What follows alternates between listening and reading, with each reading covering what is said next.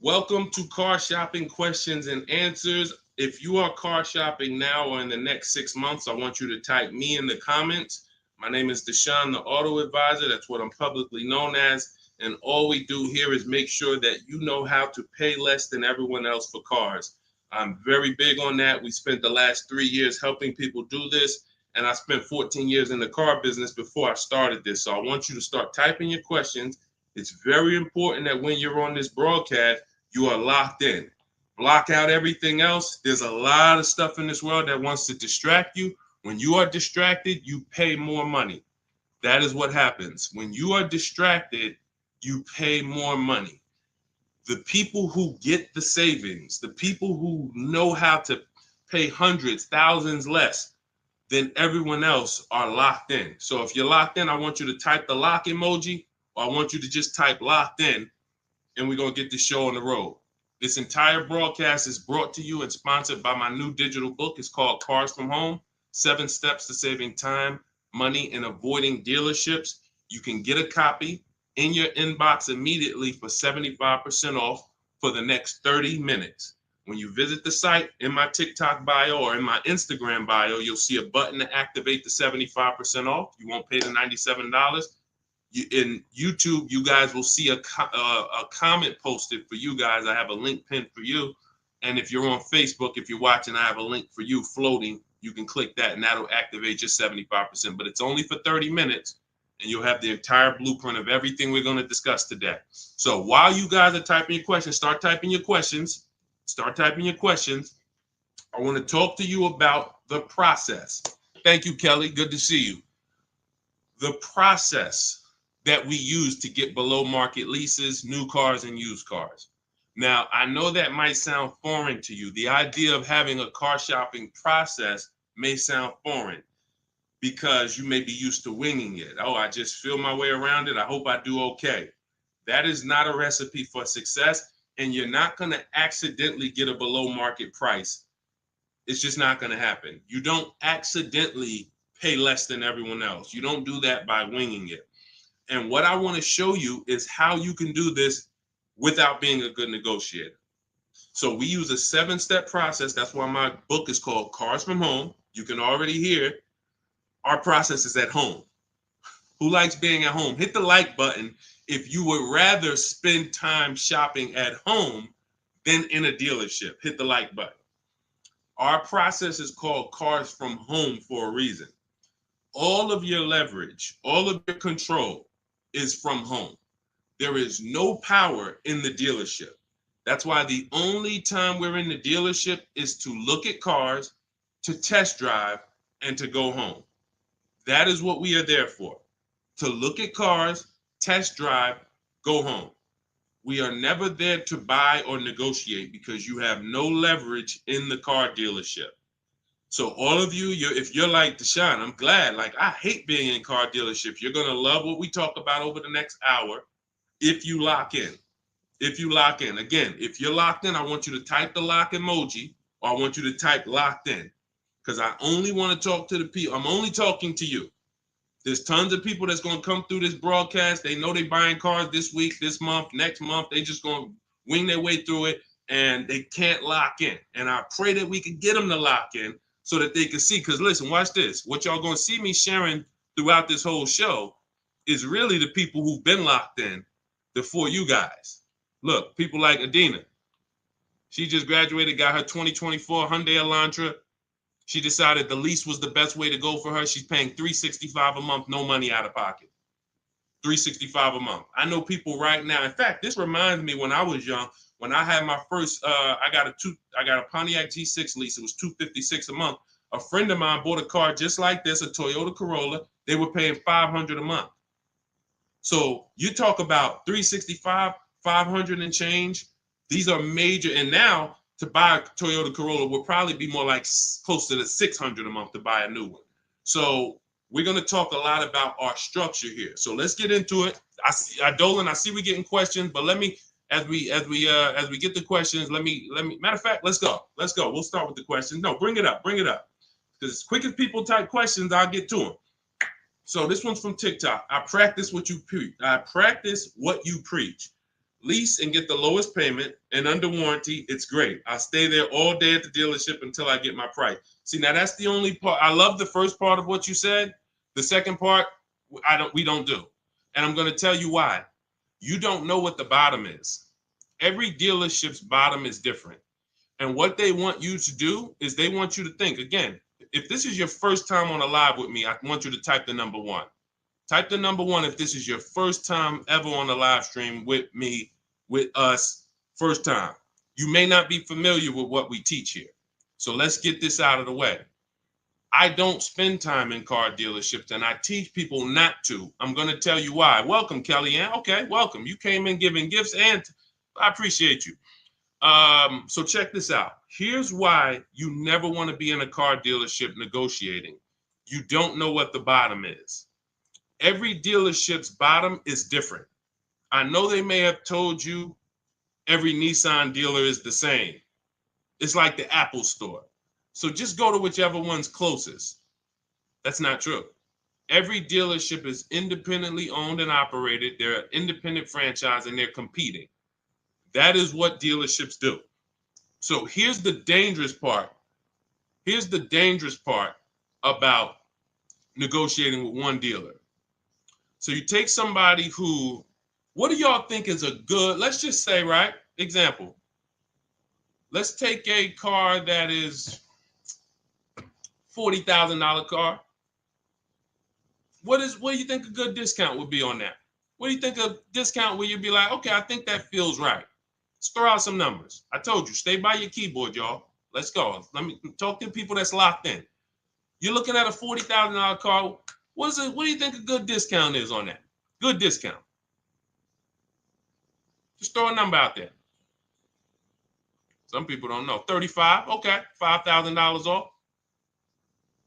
Okay. We'll get to you, Theo. I see you. Okay. $5,000 off. Okay. Let's go. Kelly Jean, you locked in today. I'm okay. $2,000 off. Okay, Atlanta lawyer. Okay. Now watch this. So somebody said 2,000 off. Somebody said 5,000 off. Watch this. Now Tiffany gets a $40,000 vehicle. Look, MSRP was $44,820. She got $6,538, $30 off. Now let me tell you how she guarantees that's the best deal. Multiple offers. If you're in a dealership where the market price of the vehicle is everyone's charging $5,000 over sticker, $3,000 over sticker, $8,000 over sticker, then maybe a $2,000 discount is the best in the market. But there's no way for you to know that without multiple offers. Like, look at Eddie. Eddie's shopping for a Toyota. He bought it. This was last year. He bought it and he said, look, I went with the perfect purchase route, which is a strategy I teach. 2023 Toyota Camry hybrid with all the bells and whistles. Initial quotes were over 10,000 over MSRP. So if any of you are familiar with this vehicle, the Toyota Camry hybrid, dealers were charging people ridiculous money, and they still are. He ends up getting a $2,086 discount after he looked at multiple offers. That is the name of the game. You can't, because now let me show you a little bit more of why we must get multiple offers. You can't feel for the bottom. Look at this. When you look at somebody like Kimberly shop, she gets a matter of fact, oh no, we just had somebody I want to share with y'all because she saved more money than anyone else I've ever seen. Did I bring her deal in here? Did I bring her deal in here? Hold on one second. Yes, I did. So this is Milligan. This was last week. It was a couple days ago. She gets a 2024 Mercedes EQE. It has a $79,000 list price. $79,000 list price. Now, if she would have went in there and said, well, I'm just going to negotiate my way in, and I'm just going to, let's say she got $8,000 off, $10,000 off. Who would feel like that was a good deal? You go in, you're looking at a $79,000 Mercedes. You know, does your gut tell you that's a good deal, or you want more? 10,000 off. Let's say 15. 15 off. And is that a good deal? Come on, tap in with me, y'all. Talk to me. Talk to me. I want y'all to know, because we don't do. I want y'all to know that I'm conservative with what I'm about to tell you. But I need you to hammer this point into your head that negotiating with a dealer is a losing battle when you're negotiating in there. So all right. So Jimmy said yes. I see you. Kelly said yes. 15 grand sounds like a good discount. I would feel good about that. Milligan paid $56,000. If you're on YouTube and if you're on Instagram, you can see it on the screen. She sent me her paperwork. This is what I do. So this is literally, people send me their deals. People who I work with around the country, whether you have my book, whether you're in my program, people send me their deals all the time. She paid 50. She saved almost $30,000 on this vehicle.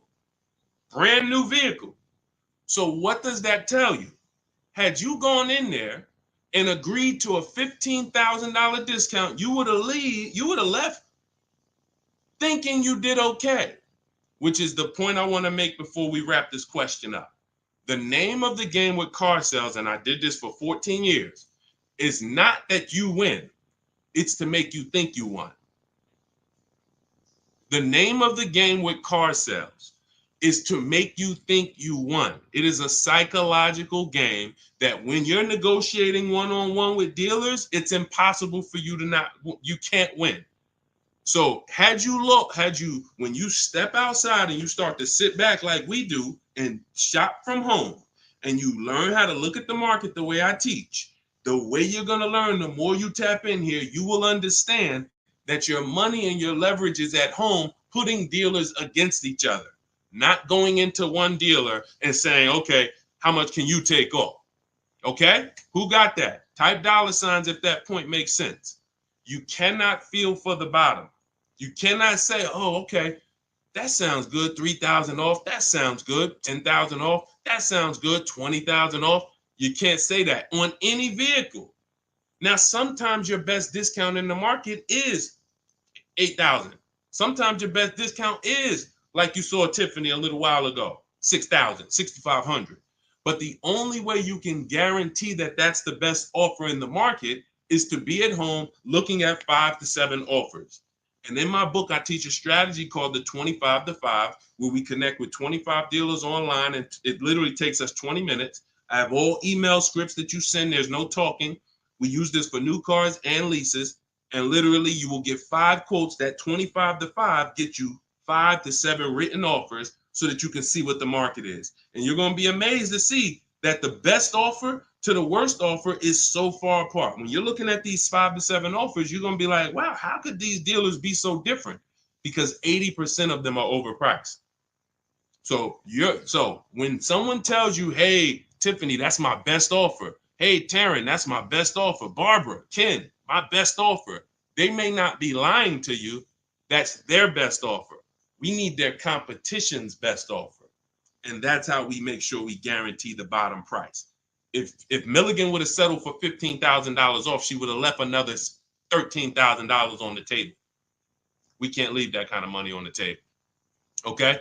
So yes, I love that you seem to understand about leasing, the person who shared this question, but what I don't love is being in dealerships negotiating. I do not do it. I don't teach to do it. We stay at home and we make people bid for our business. That is the game. Okay, all of this is inside my new digital book, guys. You can see it. It's called Cars from Home: 7 Steps to Saving Time, Money, and Avoiding Dealerships. And you can see, Josh, I have a support email everywhere. You can see it on my screen. Every time I do a live, I have a support email. When you purchase the book, literally on the thank you page, as soon as you pay, as soon as you get your 75% off, it literally says, screenshot this page. And it says, here's my support team's email, just in case you may have typed the email in wrong. And it says, click the link below to open up your book. So you can open it right there on the thank you page, save it to your phone or your computer, and I email you a copy. So DM me. If you don't see the support team email, we share it everywhere. We share it everywhere. I don't want to share it here live publicly, but DM me and we'll share it. We'll share it so you can have it. All right. Hey, Deshone, I drive 31,000 miles a year. Can I still get a lease driving that much? Theo, great question. So let's talk to high mileage drivers. If you drive more than 18,000 miles a year, I want you to type HM for high mileage. Now, here's what's important for you to understand. And what I love about the way you ask this question, Theo, is you're asking to understand. You're not asking with assuming an answer. So check this out. If you drive 18,000, all right, I see you high mileage drivers. If you drive 18, I see you Toussaint. You have to think about something other people don't. This is how vehicles normally lose value. This is what I call the unseen expense. You must understand this. This is what I call car buying 101, depreciation. So the people who don't understand leasing or who tell you not to lease, they don't understand depreciation. They say things like, well, I don't like to lease because I want to drive as much as I want to drive. Here's the thing. You pay for your usage whether you buy or lease. Give you an example. Let's say you buy a vehicle today for $40,000. What's that vehicle worth in 1 year, everybody? Let me ask you. Throw a number out. You buy a vehicle today for $40,000. What is it worth in 1 year? Average miles driven, 12,000 miles per year. What is that vehicle worth? Is it still worth 40? Is it still worth 40? No. Right, exactly. 33. Let's go. Let's go. Shout out to the people that's not distracted. 33. Look. So now that's a good estimate. You look and you say, all right, that's 40. This is 33. That's 1 year of time I lost $7,000. Had nothing to do with the fact you bought the car. I thought you didn't pay for stuff if you bought it. I thought you could drive as much as you want when you bought it. So let's throw a curveball in for the high mileage driver, because this is the point we're making. What happens if you drive 20,000 miles? What's the car worth? What's the car worth? Instead of average miles, where like, okay, it'd be worth 30. You drive 20,000 miles, it's probably worth 30. Instead of 33, it's probably worth 30. You lost 10 grand of value. So the more you drive, the more you depreciate your vehicle. Does that make sense? It doesn't matter if you leased or bought. If you buy a vehicle for 40 and you put 100,000 miles on it in a year, that vehicle's worthless. You go around and you try to sell it, it's probably going to be worth $12,000 or whatever, $15,000. You destroyed the value with the amount of mileage you drive. So now once you see that, now you can get that, all right, I'm not off the hook just because I paid for my car and I didn't lease it. I lose in the form of depreciation depending on how I use this vehicle. So that's the basis for us to discuss leasing versus buying. And when you look at leasing versus buying, here's what we're asking ourselves. This is step one in my book. We don't do anything else until we pass this step. How many years are you keeping the next vehicle? How many years are you keeping your next vehicle? Type into the chat. Those of you who are shopping, I want you to answer this. How many years are you keeping your next vehicle that you're going to be shopping for? 8 or more, or less than 8? This is called the 8-year rule. See, I get a lot of people, and I see a lot of you ask, hey, I'm looking at a Porsche Macan. Should I lease or buy? I'm looking at a Rolls Royce. Should I lease or buy? I'm looking at a Honda Civic. Lease or buy? It's the same answer. How many years are you keeping the vehicle? Because here's what you need to realize. You're going to lose the most value in 5 to 7 years. But after 5 to 7 years, after 7 years, the depreciation cools off and you start losing little value. Who has a vehicle outside they've had for more than 10 years? Type me. You got a vehicle in your driveway right now. You've had it for more than 10 years. I want you to type me in the comments. And we don't get many people nowadays. People are not keeping vehicles that long anymore. Okay, I see. Kelly Jean has one. Tiny Boy, I see you. All right, Naturally Dope. Okay. If you got a vehicle right now in your driveway, you've had it for more than 10 years, type me. Okay, I see you, just be you. All right. All right. These are called long-term. Look, been 18 years next month, naturally dope. Now, here's what's beautiful about them. Their depreciation is like this. What does that mean? Whatever their vehicle is worth today is probably going to be worth the same thing next year. I see you, E. Valentine. That means you beat depreciation. See, there's only two ways to beat it. Long-term ownership like them, or with a below market lease.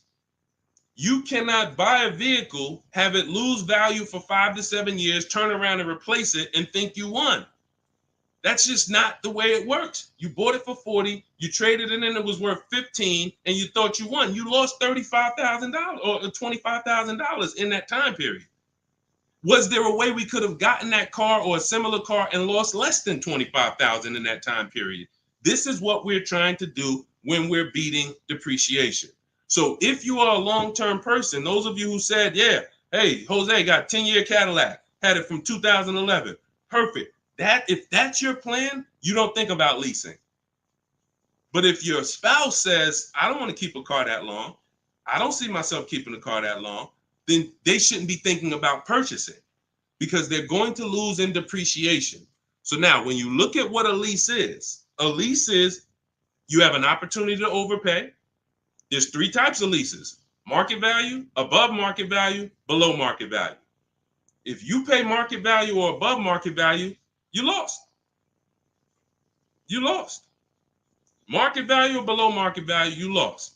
If you're enjoying this on TikTok, can y'all just double tap the screen? Just start tapping the screen. You're going to see the likes run up, and y'all just keep running them up. And what that does is it lets TikTok know we talking business over here, bring more people. If you're enjoying it on Facebook and YouTube, can you hit the share button, tag a friend in here so we can help them protect their money? This is about below market lease deals because you've seen commercials that say, hey, you can lease this vehicle for this, $5,000 down plus tax. Those are above market lease values or market value. When you see lease deals that look like this, and this is why I show you people who came before you. Danielle, $44,000 Audi, 2024, no money down, $550 a month. No money down, $44,000 Audi. You guys know, some of you know, every $5,000 on a loan is about $100 per month. So to buy that $44,000 Audi with no money down, we always shop our deals with no money down. And once you embrace what I'm telling you, you'll be shopping with no money down only. That doesn't mean we don't put money down, but we always shop all our deals, purchases, leases, used cars with no money down. Because when you start putting money down, it confuses you. Unless you're really, really good at math. If you're really great at math, then it won't. But if you're not great at math and you start putting money down, it's going to confuse you because you really don't know the deal you're getting. You only are focused on what is that monthly payment. So that's why we shop with no money down. But to buy this same vehicle with no money down for a $44,000 vehicle, that's a $900 payment on a 5-year loan. That's a $900 payment, $800 payment on a 6-year loan. She's paying $550 below market lease. Look at Kimberly. She saved 20 grand on her Maserati, below market lease, an $86,000 vehicle, $950 a month. $86,000 vehicle, $950 a month. Charles on his Palisade. Some of you have a Palisade. It's $48,000 vehicle. 48, almost $50,000 vehicle. That's $1,000 a month to buy. All day long, 5-year loan. And some of you, if you're like Deshone, well, I got a $50,000 vehicle and it wasn't $1,000. That means you took a long loan. So we don't do that here. We don't take 8-year loans. We just don't do it. It's the same reason we don't take 40-year mortgages. We have boundaries here that tell us this is too expensive for us. So anyone can get you in a car. You could go buy a Bentley. They give you a 190-month loan. You'll be able to afford it. That don't mean it was a good deal. So we cap our loans at 672 months. We will not go longer than that. That is the longest loan we take. So you look at what this would have cost Charles. Hyundai Palisade, $48,000. That's $1,000 a month payment. What is he paying? $597. And you got people like Zafrina who just killed it. Look, $65,000 Jeep Grand Cherokee, $579 a month. That's a 0.88% lease. These are below market leases. So when you're shopping for a below market lease, you are beating depreciation. Had they bought any of these vehicles, the vehicles would have depreciated way more than the small monthly payments they're paying to drive these vehicles. And then we look at Jen. Jen got an 18,000 mile a year lease. She bumped hers up to 18,000. Started out at 512 on her Honda CRV. Bumped it up to 18,000. Look, she went from 12,000 miles per year to 18,000 miles per year. It was literally 40 something dollars more per month, $50 more per month. So some of you see people and you're like, oh, they blame the lease for their mistakes. Oh, I didn't get enough mileage, so I ain't leasing again. The problem was you didn't get the mileage you needed because you let pennies stop you from actually having a good lease experience. Instead, you saw the payment for 12 and they said, well, if you want 15, it's $25 more per month. And you said, all right, well, give me the 12. Now you have a bad lease experience. You have a penalty because you didn't get the mileage you needed. That wasn't a smart thing to do. But blaming the lease is an even worse thing to do. So we always get the mileage we need. So Theo, when we look at now that you understand depreciation, you understand you buy a vehicle, you're killing the value. You're driving 31,000 miles per year. But if you bump your lease up, and I want you to shop for your leases with 12,000 miles, no money down, only first month's payment, taxes and fees in the payment. You get multiple offers. You need to get at least 5 to 7 offers. You could do it manually. You want to call around? You could do that. I do it, and I teach in my book. We do it without talking. Literally everything we do is email. We don't talk to car salesmen. And I'm a former car salesman. So trust me, when I tell you my system is you don't talk to car salesmen, it's better for them and you. When you go pick up your cars from the way we teach, the car sales people are thanking you. They're like, man, this was one of the quickest, easiest deals I ever made. You knew what you wanted. You sent me an inquiry. You gave me enough information to make the deal. We did it in 20, 30 minutes. This was great. I would never develop a system that would make car sales people work hard. It's easy. They love what we do. But at the same time, you got to find the right dealers. And you got to understand, all right, I have to shop with 12,000 miles per year first, and then let me get my best offers. You know, we teach something called the 1.5% rule. We divide the monthly payment into the MSRP. In my book, I have a calculator that does this for you. So literally, when you get my book, 75% off in my TikTok bio, 30 minutes, Instagram bio, 30 minutes, YouTube comments, Facebook comments, you see the link floating. You got 30 minutes to get the book for 75% off, so you won't pay $97. In there, I have calculated, you put your lease quotes into, and it literally spits out which one is the best, and it spits out counter offers that we email back to them. So once you do that, you find your best deal. Is it 1%? Is it less than 1% like Zafrina's? Is it 1.2, 1. As long as it's under 1.5, out of all your offers, you need to have 5 to 7 offers. If it's under 1.5, now you got good value. And now you ask them to adjust it up to 31,000 miles per year. You can absolutely do a high mileage lease. And you are going to spend less if you're a short-term driver. So I told you guys, if you were on the stream the other day, I talked about the guy that came in. He's the one taught me this, a customer. When I worked at Hyundai, I was a manager for a little bit. He came in, he had a high mileage lease on a Hyundai Sonata. I had never seen it. He had 72,000 miles on the car. And I was like, hey, you leased this? He said, yeah, I always lease. I'm in sales. He said, I used to buy my cars.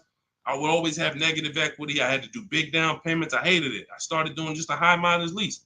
He was only paying like $150 a month more than the normal lease for 25,000 miles a year.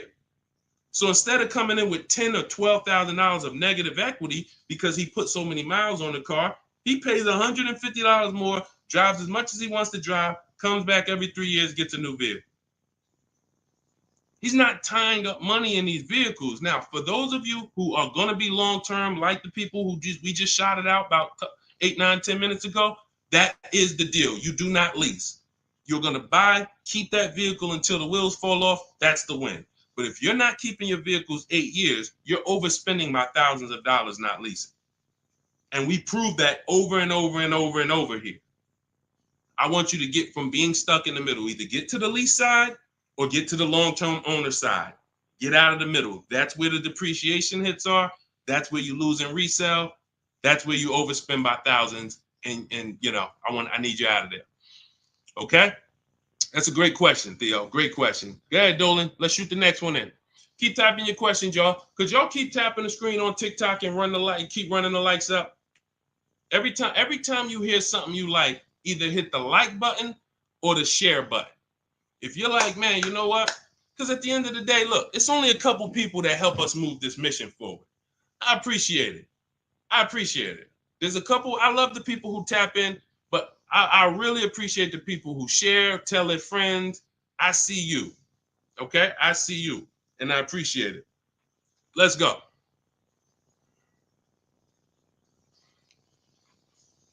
Okay, this one's from Instagram. If you negotiate with the manager, can you save because you're cutting out the sales guy? No. When you negotiate with a manager, I'm just trying. If I didn't have my way of doing it totally online by email, then I would be calling sales managers, and I'd only be dealing with sales managers. I'd be talking to at least 5. I'd be talking to as many sales managers as necessary to get 5 offers. And this is only for new cars and leases. The process for used cars is entirely different. We haven't had a question about that yet, so I'm not going to go into detail with it.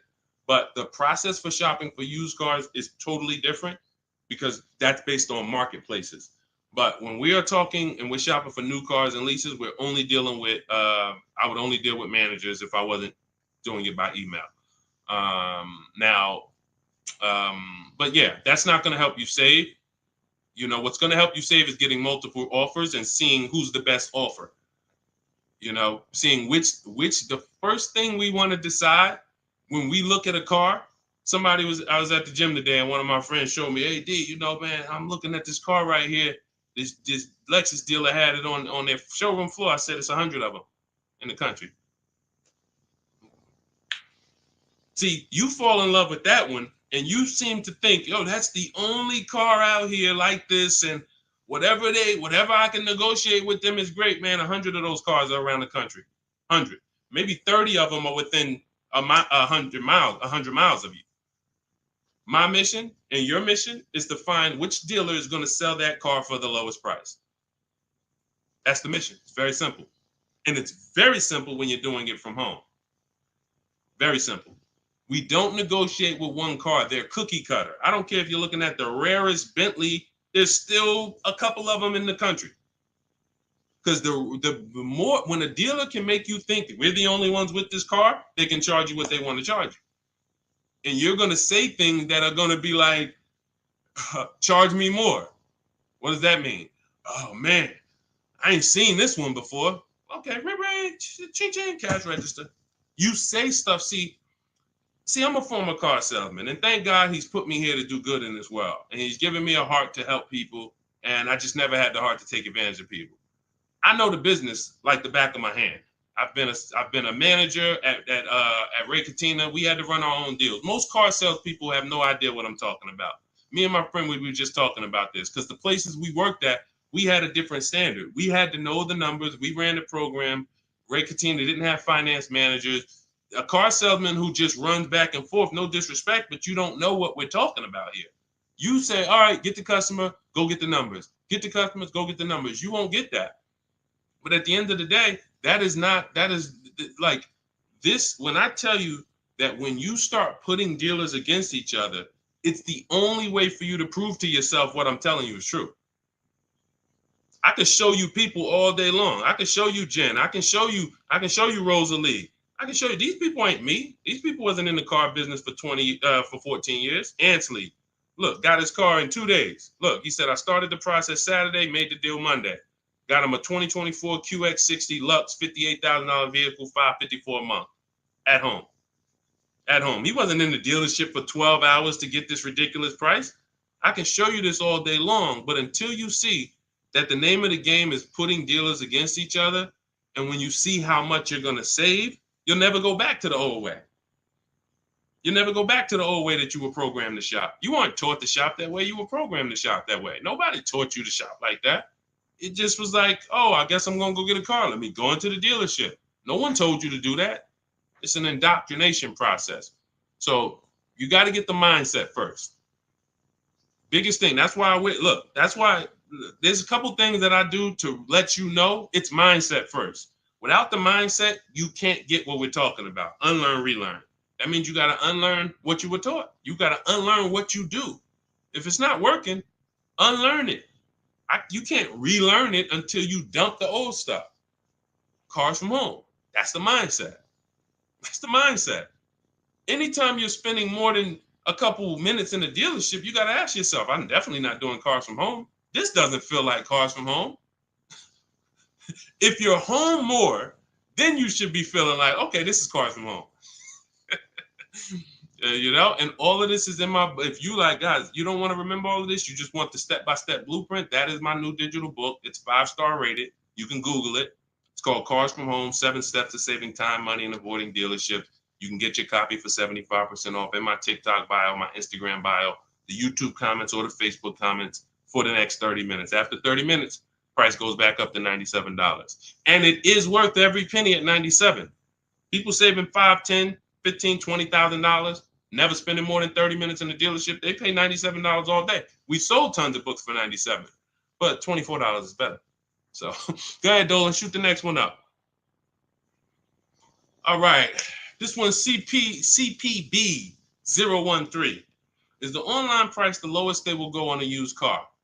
All right, so this is a good question. Is the online price the lowest they will go on a used car? If I've narrowed it down and I see a car that is priced lower than everything else on a used car, now we're talking about my multiple marketplace strategy, because this is how we look for used cars. We're looking at all the marketplaces. Everywhere there are used cars at, we're looking at them. Cars.com, Carfax, Car Gurus, Auto Trader, CarMax, Carvana, Driveway, eBay Motors.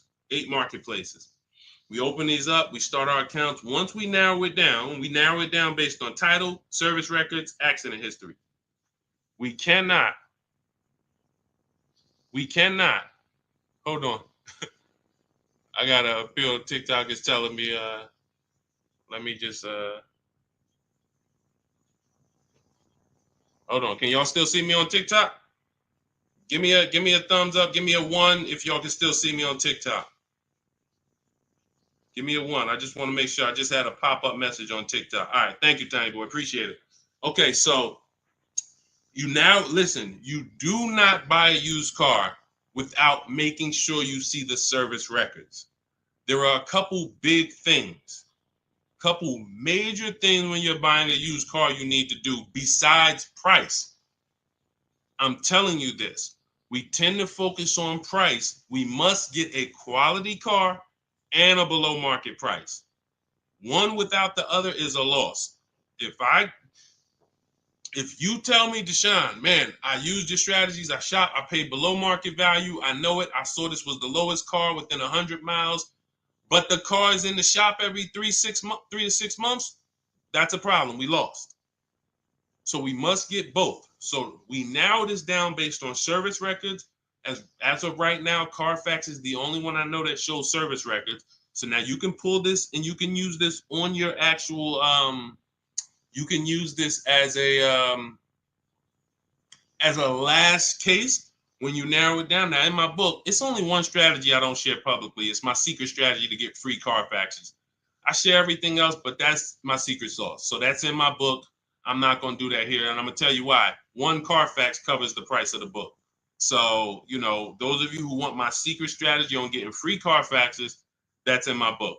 But once we get the Carfax, we can see the service records. If the service records aren't consistent, do not buy the car. That's my recommendation. I don't care how good it looks. I don't care if he tells you, hey, I used to change the oil. I changed it myself. Without proper service records, the engine could go before it was supposed to go. The transmission could go before it was supposed to go. Like, this is literally the worst thing you can do. And you don't want that. Okay, let that be a deal breaker. No service records, deal breaker. So another thing you do is you type the vehicle into Google. If you're looking at a 2017 Kia Optima, what you do is you type in 2017 Kia Optima reliability. Skim the articles. Just skim the first page. It don't take you 5 minutes. Look for any red flags. Owners report electric issues. This vehicle has less than average reliability. Once you skim that and you see you're either going to eliminate that vehicle or it's going to pass, after you do that, I want you to type in 2017 Kia Optima longevity. Now you're going to see websites that look at engines and transmissions and what owners say in the long term. And it'll say these vehicles may last 200 to 300,000 miles. This is how you get quality. Again, you cannot get a great price and then not a quality vehicle. It's a loss. We got tons of people, you may have had that issue. You felt like you were doing good, and then all of a sudden your car's having problems. Whatever price you paid for it doesn't matter. The car's having problems.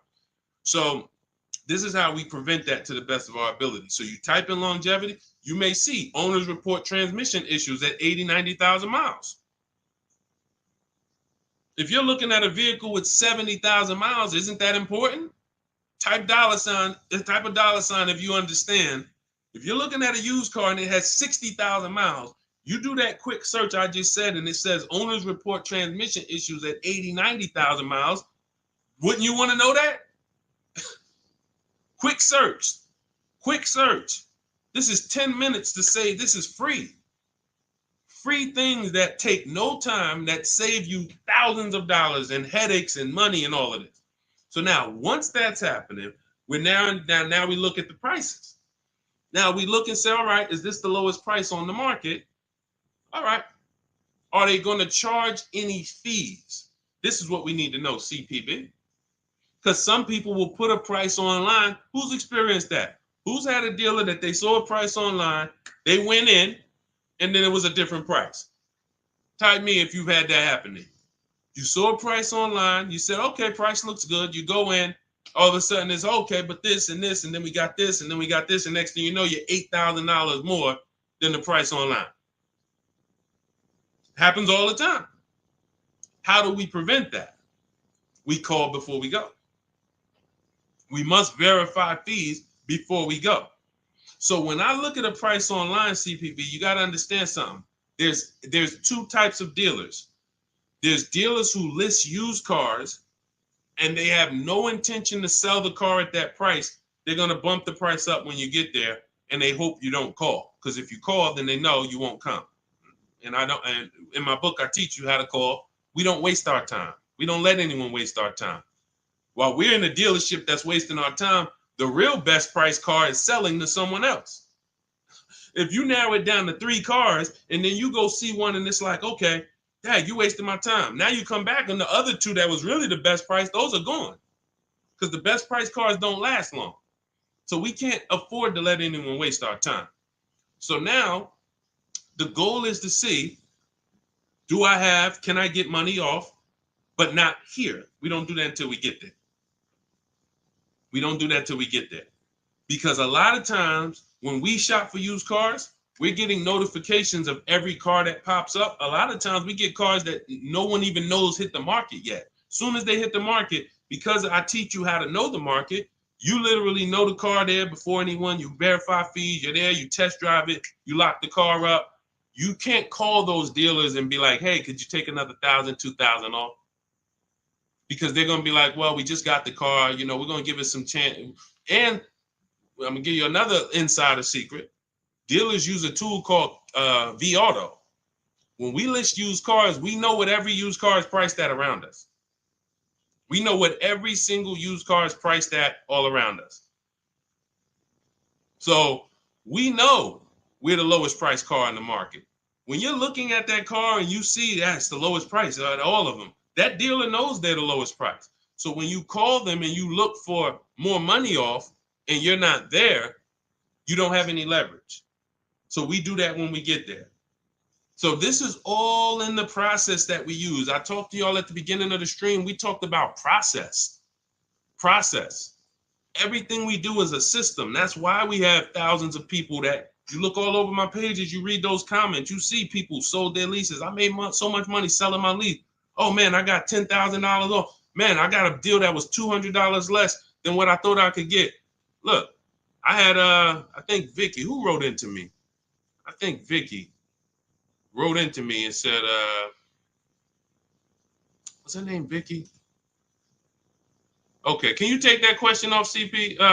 Dolan, so I can see this. Okay, yeah, it was Vicky. She said, "Hey, Deshone, thanks to your book and the methods, I was able to get my new lease for a 2024 Volkswagen Atlas for $175 less a month than my first quotes. I did it all online except for picking up the car. I put no money down other than first month's payment and DMV. I saved over $6,000 over the life of my lease listening to your tips, using my scripts. My negotiating scripts, you don't talk, you're typing, you're copying and pasting. So if you have it, if you can't copy and paste, this ain't for you. If you're not good with a computer, you can't visit websites and copy and paste. This isn't for you. But that is the name of the game. That is the name of the game. Like, it is all about having a process, not winging it. This is a 5 and 6 figure transaction. You wouldn't wing a home purchase. I don't care if you found the least expensive shack in the country. You found a shack that was $40,000. And you're like, man, I want to buy that shack. You wouldn't wing that process, right? You wouldn't be like, oh, you know what? I can handle it. Forget the attorney. I don't need a realtor. I don't need none of that. I'm just going to go and, no title company. No, there's a process. Doesn't matter. Even the least expensive house. So if you treat car buying here like you treat home buying, if you treat car buying like you're buying a small house instead of a big TV, that's how people treat buying cars. Then people come in, hey, honey, look outside. You bought a car? Hey, I went down. I told you, I told you I was just going to get milk, but I stopped by the dealership. I knew you was out for a couple hours. What happened? Like, how'd you buy a car?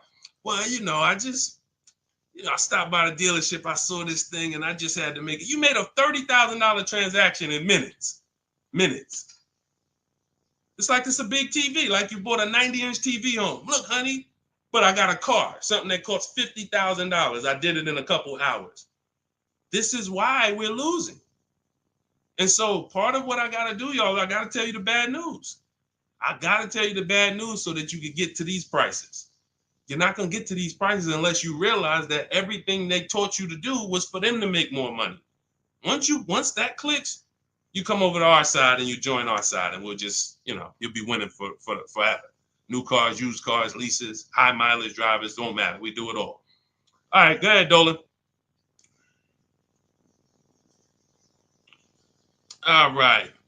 I'm in 3/6 years in my finance car. Okay, it looks like you're about halfway in, and would do anything to pay less than $660 a month. How do you feel about refinancing? Okay, so there's a right way to refinance and there's a wrong way. Refinancing should be you qualify for a better rate now, but you don't want to stretch the loan out. And I'm going to tell you why. Most of the people who want to loan you money, they want you to take it longer. I make more money lending you $40,000 for 8 years than I do for 3 years. So the longer you take the loan, the more I'm pretty much guaranteed to be all right. If you pay for 2-3 years, a lot of that is going to interest.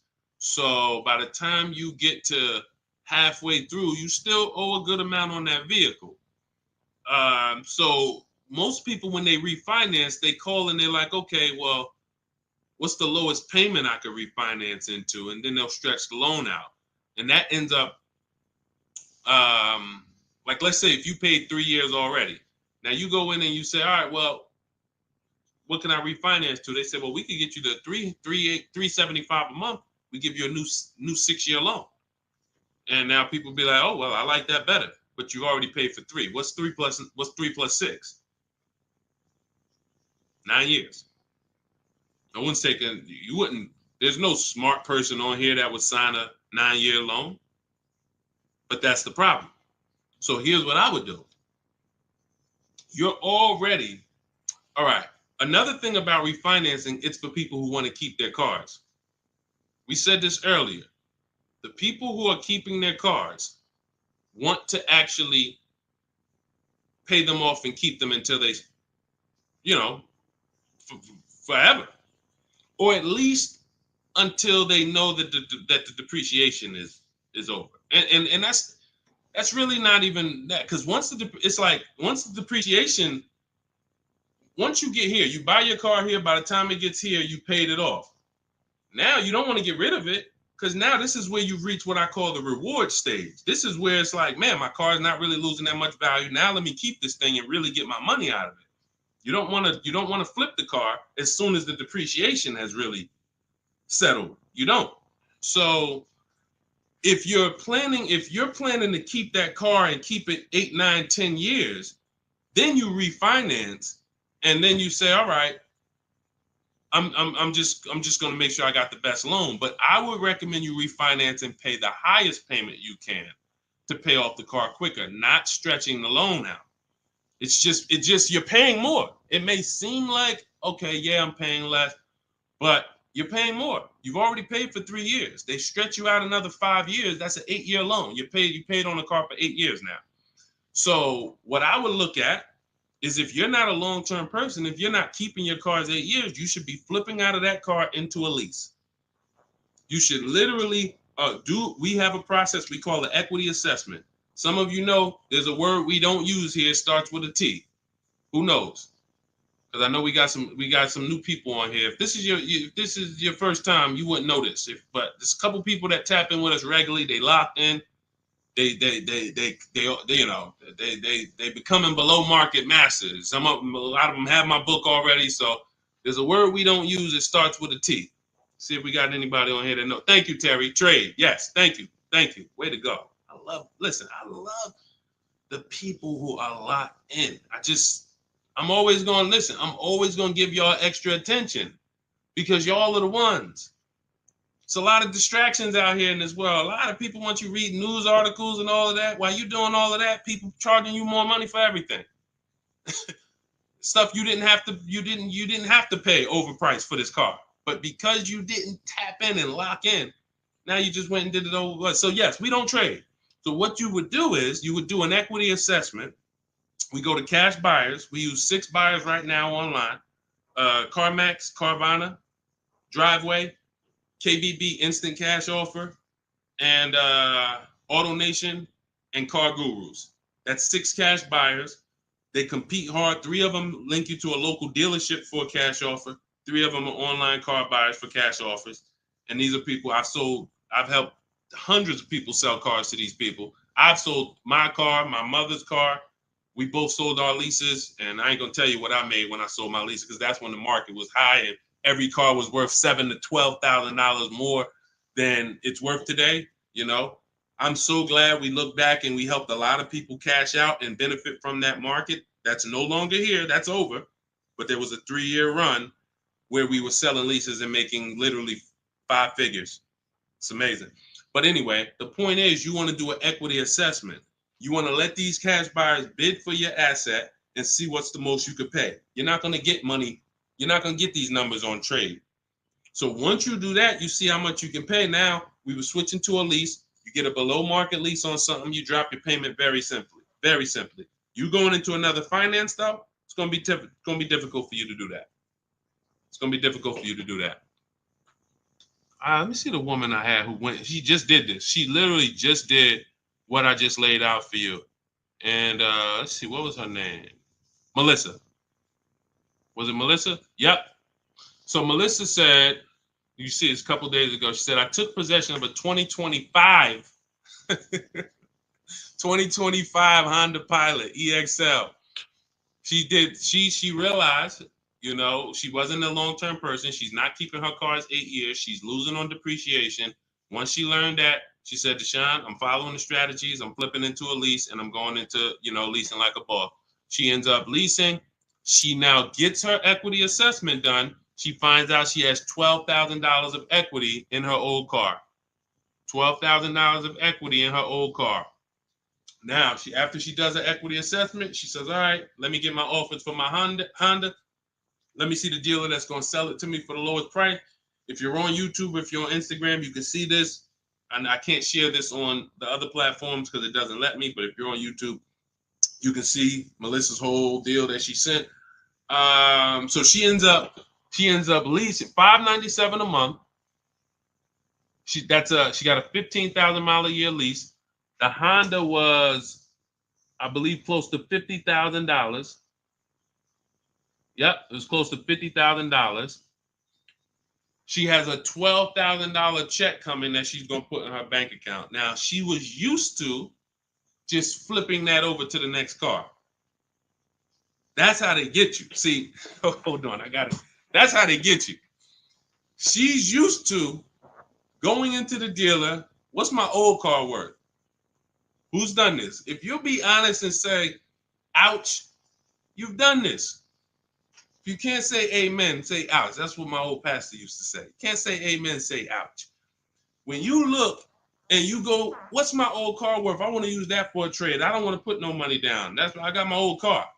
Now what'll happen is that old car, you just flip the finance, and now when you hear the payment, it's like, okay, I guess the payment's not that bad, but you don't realize your old car was a $10,000 to $12,000 to $15,000 down payment that just stacked their profit, and now it's all types of bad. It's because it's too much money for a person to control. It's too much money. When you go into a dealership to trade and you need a loan, that's 3 transactions you're giving to the dealership. 3. That means I want to sell you my old car. That's 1 transaction. And instead of me making people bid for my old car, I'm just going to give it to you. I'm going to just have you be my only offer. Even though I know, well, you don't know, that's why you're not doing it. Even though there's tons of other companies who want to compete to say, hey, wait, we'll pay more than that. We'll pay more. They're giving you 10 for the trade. We'll give you 13. We'll give you 12. Like, you don't know these people exist. So you're now giving that to the dealer. Now you say, and I need a loan. You don't realize there's banks and credit unions that want to compete all around you. Hey, we could do a better rate than that. We could do a better rate than that. In my book, I teach something called the bank bidding war, where we have all of these people bid for our loan, and it doesn't affect our credit. There's a particular way we do this. It's a bank bidding war. They give you a window to shop. Now, you can't let dealers run your credit and just run you, that's different. I'm talking you rate shopping. But you're giving that transaction to the dealer without shopping it. And then you're buying a car from them, even though there's other dealers who have the exact same car that you're not getting prices from. That will sell you the car for $3,000 less, $5,000 less, $8,000 less, $15,000 less. You won't know that because you're just dealing with this one person. So that is what happens most of the time. That's why when you step into our way, you see it's totally different. You can't even mix what we do here with how y'all do it. You can't. It's oil and water. So that's how Melissa did it. The same way I just told you to do it. She said, you know what? I'm not buying these cars anymore. I'm not keeping them 8 years. If I'm keeping a car 8 years, then I'll shop to buy again. Again, for those of you who just came on the stream, if you are keeping your car more than 8 years, your next car, you shop for a purchase. New car, used car, purchase. But if you cannot tell me 100% you are keeping the car 8 years, you should be shopping for a lease. It's not even close. The prices paid, the quality of vehicles driven, as long as you're getting the right mileage you need, it's the best thing ever. New cars, and we're paying cents on the dollar compared to everyone else. But you have to bid these out. Can't walk into a dealer and say, hey, work me a lease out. You're never going to get these prices. Never. Go ahead, Dolan. Next question. All of this, for those of you who like Deshone, listen, I love what I'm hearing, man. It's no way I'm going to remember all of this. You get that's all. This is all in my blueprint. I'm not winging any of this. Everything I'm teaching is out of my step-by-step book. It's a digital book. It's called Cars from Home, 7 Steps to Saving Time, Money, and Avoiding Dealerships. You can get your copy for 75% off for the next 30 minutes. Now, if you visited the website already and the timer started, that means once that timer hits 0, it's not, you don't get 75% off. It goes back up to $97.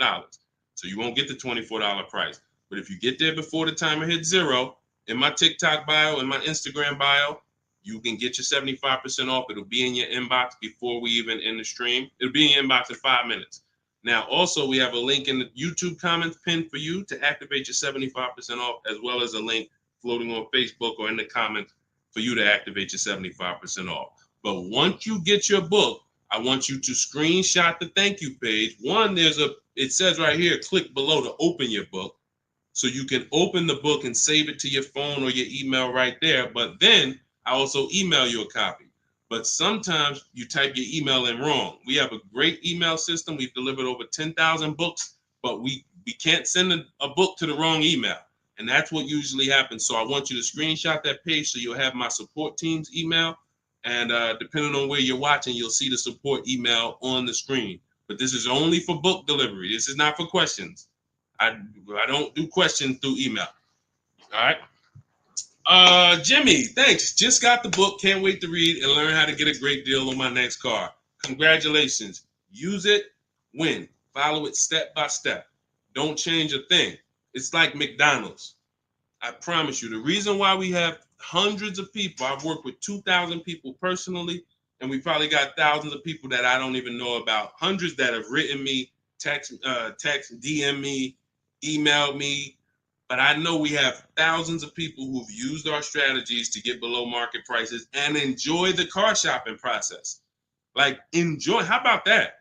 How about, yeah, great to pay below market prices, great to save thousands of dollars. How about enjoying something, enjoying a process of something that you're about to spend 5 or 6 figures on?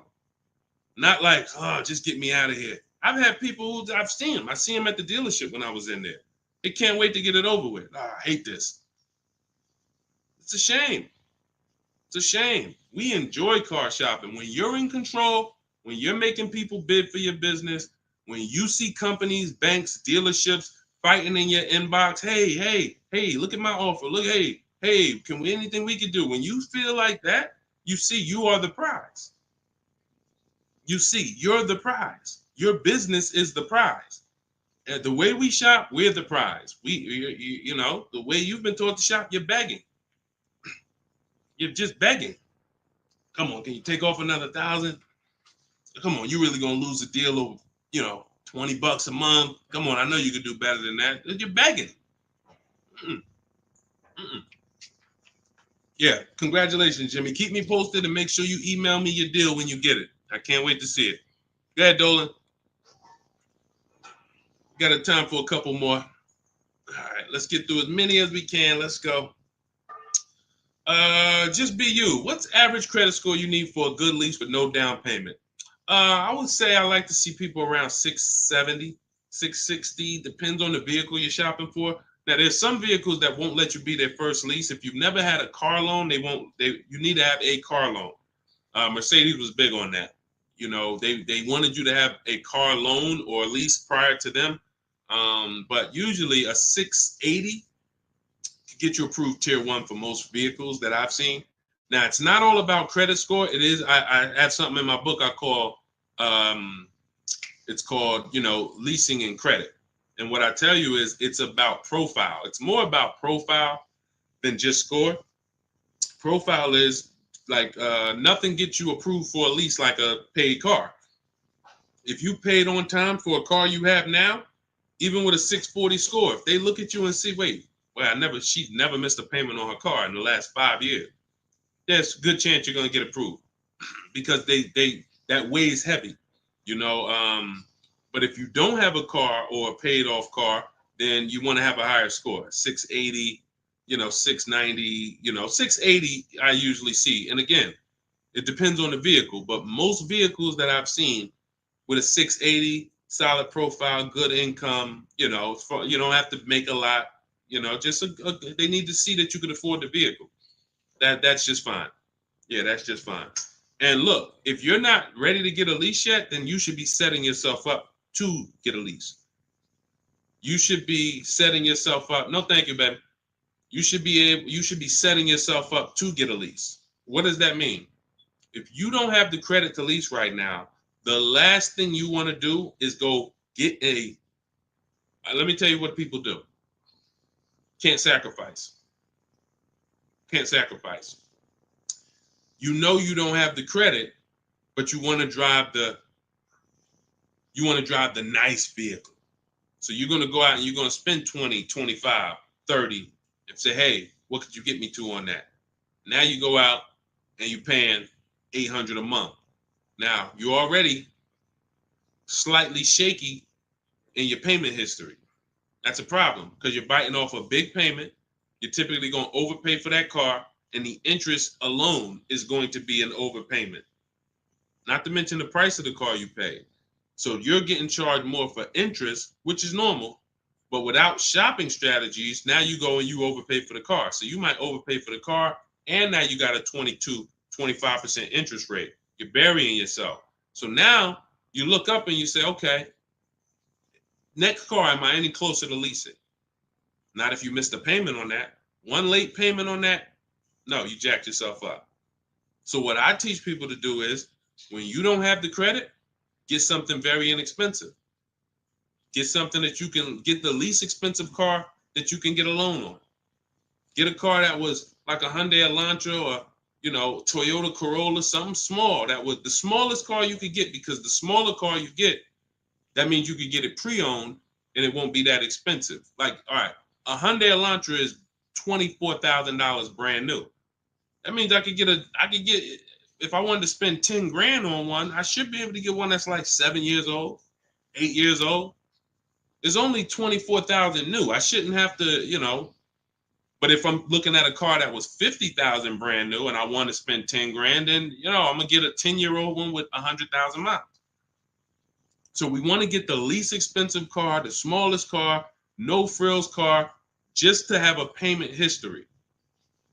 Build that payment history, $250 a month, pay them, work on your credit. Now in 18 months, you go and you flip to a lease. 18 months, 2 years, you go and pull up in a brand new car. The people going to look and say, oh, man, I ain't realized, man, I saw you pull up in that old thing, and I was like, man, what's she doing driving that? But you ain't know, this is a plan. This is a strategy. I'm not going to go and bite off a expensive car. What I need to, I need the nicest car, knowing that my credit isn't there yet. I'm going to sacrifice now for 2 years, get a car with a low payment, make sure it's reliable. I call this a smart car. It stands for saving money at the right time. And then in 2 years, I'm flipping into a brand new lease because I worked my plan. But that's a plan. How many people I saw with bad credit driving Dodge Chargers? I look at what they paying and it's like, yo, dog, this is a horrible deal. Why'd you do this? You couldn't just sacrifice. You already make the money. You could have bought a less expensive car, fixed your credit, and in 2 years you've been driving a new Dodge Charger with, leasing it. Like these are the things that I tell people with bad credit, because it's a real financial, you need a plan. You need a plan. So good question though, just be you. All right, go ahead, Dolan. Send one more in. Let's go. Everybody getting value. If you're getting value out of the stream, type dollar signs. Type dollar signs. This is what we do over here. I see y'all running the likes up on TikTok. Shout out to everybody tapping the screen. Appreciate y'all. Queen Daphne, I was leasing for 20 years and I bought this last car. I have 76,000 miles on it in 4 years. Now I want to get a new one. See, you're a lease person. So you shouldn't, you're a lease person. You should be leasing, getting yourself, if you have in 4 years, 76,000 miles, that's about, it's probably about 18,000 miles a year. Look, here's the thing. Look at Jen. If you didn't see Queen Daphne, I shared Jen's deal earlier. Look at Jen. She got the exact lease you need. Look, finalized my deal this evening. Honda CR-V hybrid, very popular vehicle.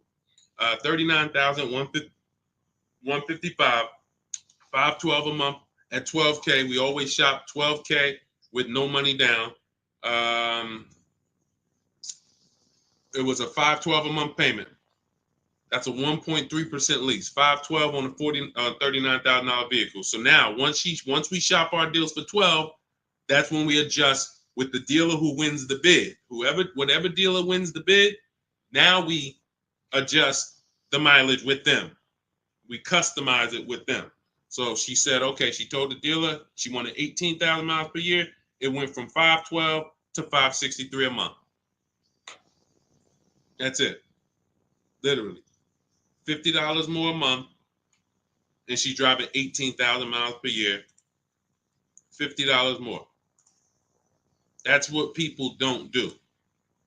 They take the 12, $50 more a month times 36, that's $1,800. $1,800. $1,800 over a 3-year period. $50 more per month. She gets what she needs instead of a person who says, well, I really needed 18, but I got 12.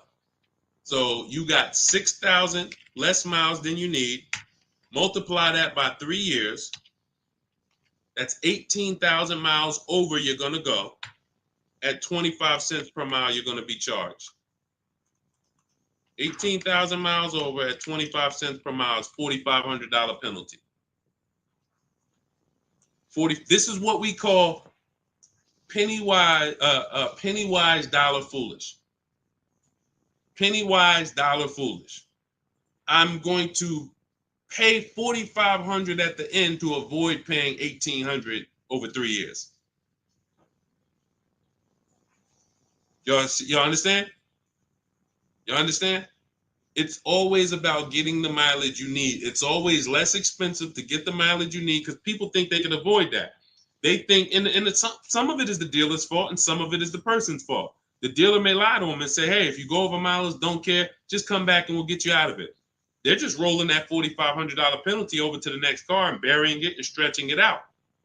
That doesn't go away. You cannot, because you know why the dealer has no control over this? Because the dealer has nothing to do with that. It's the bank's vehicle.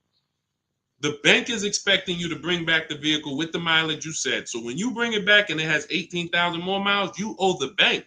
The dealership is out of it. The day you buy the vehicle, that paperwork signed, the check gets cut, dealership gets paid, dealership's out of it. They have nothing to do with the car anymore. It's between you and the bank. That's the bank's car. That's why when you drop off a lease, you pay a disposition fee to get the money, to get that car back to the bank where it belongs. The dealer has to transport it to the bank. It's their car. So it's always, we always shop for what we need. And it's a small amount of money. So what you do, Daphne, is you do your equity assessment. We talked about it. If you missed it about 10, 15 minutes ago, you can go and watch the YouTube replay. Or if you want everything I teach step by step in my book, it's in my digital book. You can click the link in my Instagram bio or in my TikTok bio. You get 75% off, so you get the steps for $24. As long as you get there before the 30-minute timer goes to zero. But what you do is you do your equity assessment to find out the most money a company will pay you for your current car. See if you have equity or do you have negative equity. And once you do that, now you move into shopping for your replacement lease. And it's simple. You separate those two transactions and you'll be just fine. And it's very, very simple. But I wouldn't, unless you're keeping your car 8 years, don't do this. And this happens a lot. People who love leasing, enjoy leasing, and then all of a sudden you buy something and it's like, nah, you know what? I really want to get back to leasing. That happens. I did it. And I broke my own rule. And here's the thing. When you break your own rule, y'all see, because I'm about to replace this truck, because I thought I was going to keep it 8 years. This is why you have to know. When I bought this pre-owned Infiniti truck, I got a great price on it. Saved 42% off the original price. That's another thing we do with used car. We must know what the original price was to know if it's a really good deal. We didn't go into detail on that in this show, but that's a big deal. You cannot. How do you know you're getting a good price on a used car if you don't know what it was originally priced? What equipment it was, what packages it had in it, what was the original list price, and what's the asking price? That's how we calculate discount. I call that the true value discount. That's in my book. So, but when I got it, I got a great deal on it. Now, when I look at the money that I paid over 3 years, once I get this new lease, you're going to see that I could have just gotten the lease.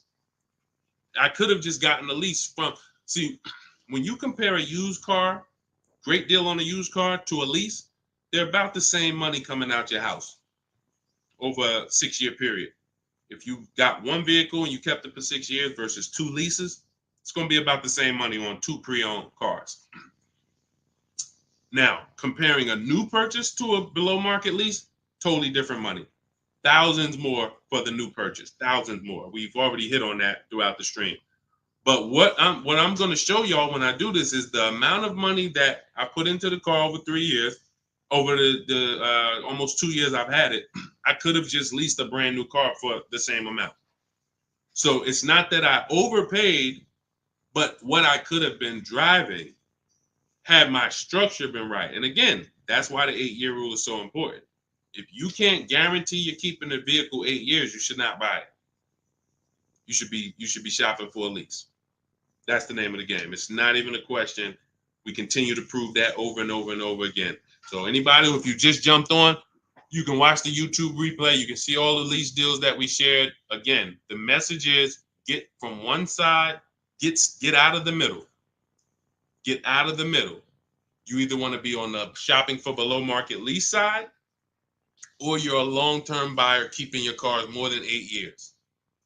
Everyone who's buying their cars and trading them in, or buying them, paying them off, and then trading them in, you're losing the most money because you're on this depreciation curve. Again, we're just recapping what we covered in the show so far.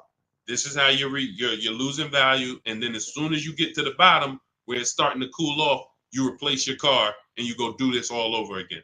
So you need to get to one side. You either want to be shopping over here for below market leases, or you're keeping your cars long enough to beat depreciation, like the people we talked about earlier in the show who said they had cars for 12 years, 10 years, 15 years, 18 years. That's the name of the game. You don't want to be leasing and then buying the lease. You're mixing them. You don't want to be buying the cars and then replacing them before they're paid off. You're stuck in the middle. So let's get in the right structure. Again, all of this is out of my new digital book. It's 5-star rated. It's called Cars from Home, 7 Steps to Saving Time, Money, and Avoiding Dealerships. It is the blueprint for below market leases, the blueprint for below market used cars, new cars, high mileage drivers, high mileage leases. Everything you need is in there in a step-by-step fashion, making banks and credit unions bid for your business instead of just going with one bank. Rates are high. Whenever rates are high, you need to be shopping rates. Even when rates are low, you need to be shopping rates. And you're not, this is all money. 2 points on an interest rate literally could be $2,000-$3,000. That's big money. So we need to know this. All of this is in the book, and you can get your copy for 75% off. It is a digital book. So anything that happens new in the industry, I update it. Example, Vroom went out of business. Vroom used to be on our list of people to sell our cars to on the equity assessment, and they were on our list of pre-owned cars. When we would shop for pre-owned cars, Vroom was on our list. Vroom went out of business. I went right into the master file, updated it. Everyone who opens up the book, you never saw Vroom since then. I couldn't do that with a print book. If I had 10,000 copies in print in people's houses, how do we update it when these companies go out of business or when a new website comes into the market? So with a digital book, we do that. You get free updates for now, and that's what we've been doing. So 30 minutes only. Once the timer hits 0, the price is $97. Once you get to,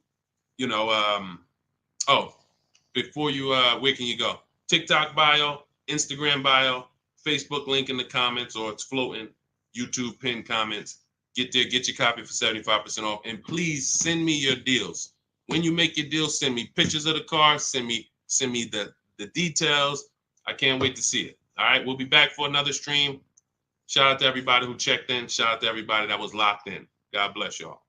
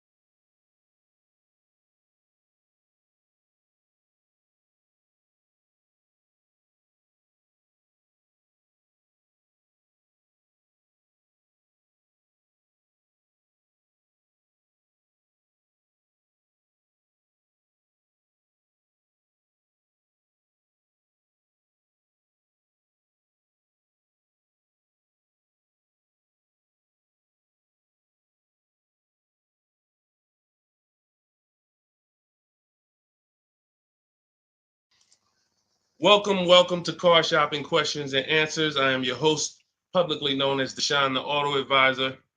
We do these shows throughout the week to make sure that you guys know how to have a process to get below market deals. There's three types of prices you can pay with any car: market value, above market value, below market value.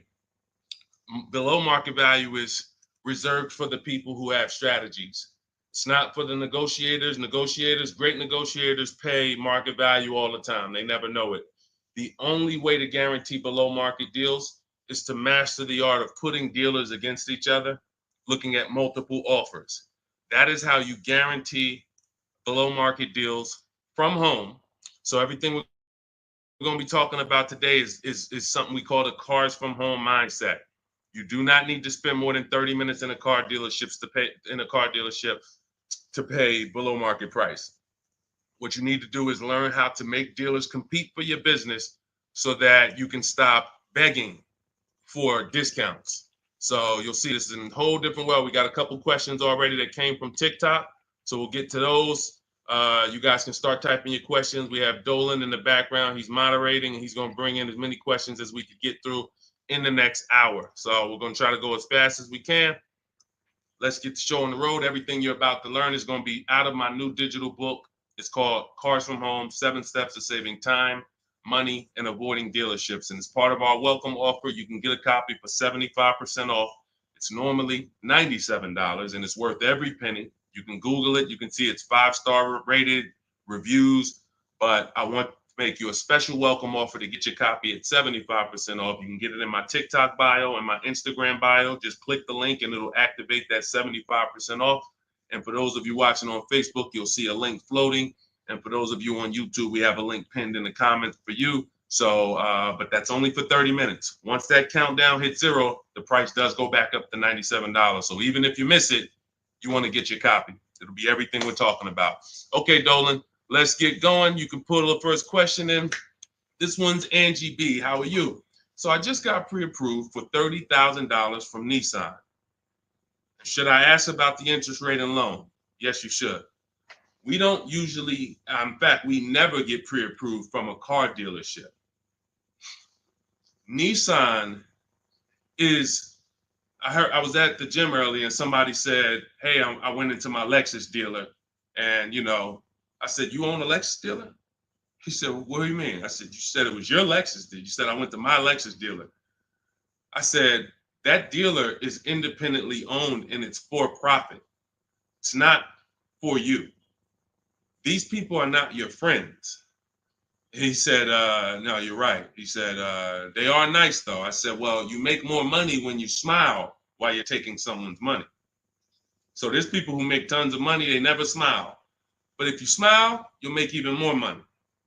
The point is to understand that someone who has an interest in making money on you should never be your only offer. Never. Because you don't know how much they've built in for themselves. So when you get this pre-approval offer, the best thing for you to do is to, all right, there's some smart people on here that know this. They know this particular part. You separate your car purchase from your loan. You can't mix these two things. I want you to start looking at Angie.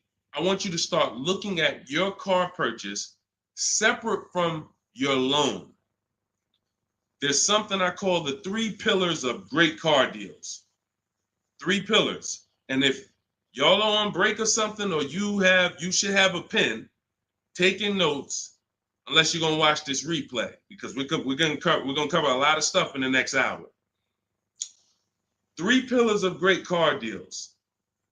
You must get a great deal in each pillar to actually get a great deal. First pillar, who I buy my car from. Second pillar, who I get my loan from. Third pillar, who I sell my old car to. Those are 3 independent transactions. So when you give a dealer your old car, because you said I'm going to trade, now you give a dealer your loan. And you also buy a car from that dealer. You've given them 3 transactions. Each of those transactions has big money in it. How do we know each one of those transactions have big money in it? Well, I spent 14 years in the car business, 5 years Mercedes, 5 years General Motors. That's how I know. But how you can know is to look at the fact that there are companies that only want to lend you money to buy cars, and they want to fight for your business.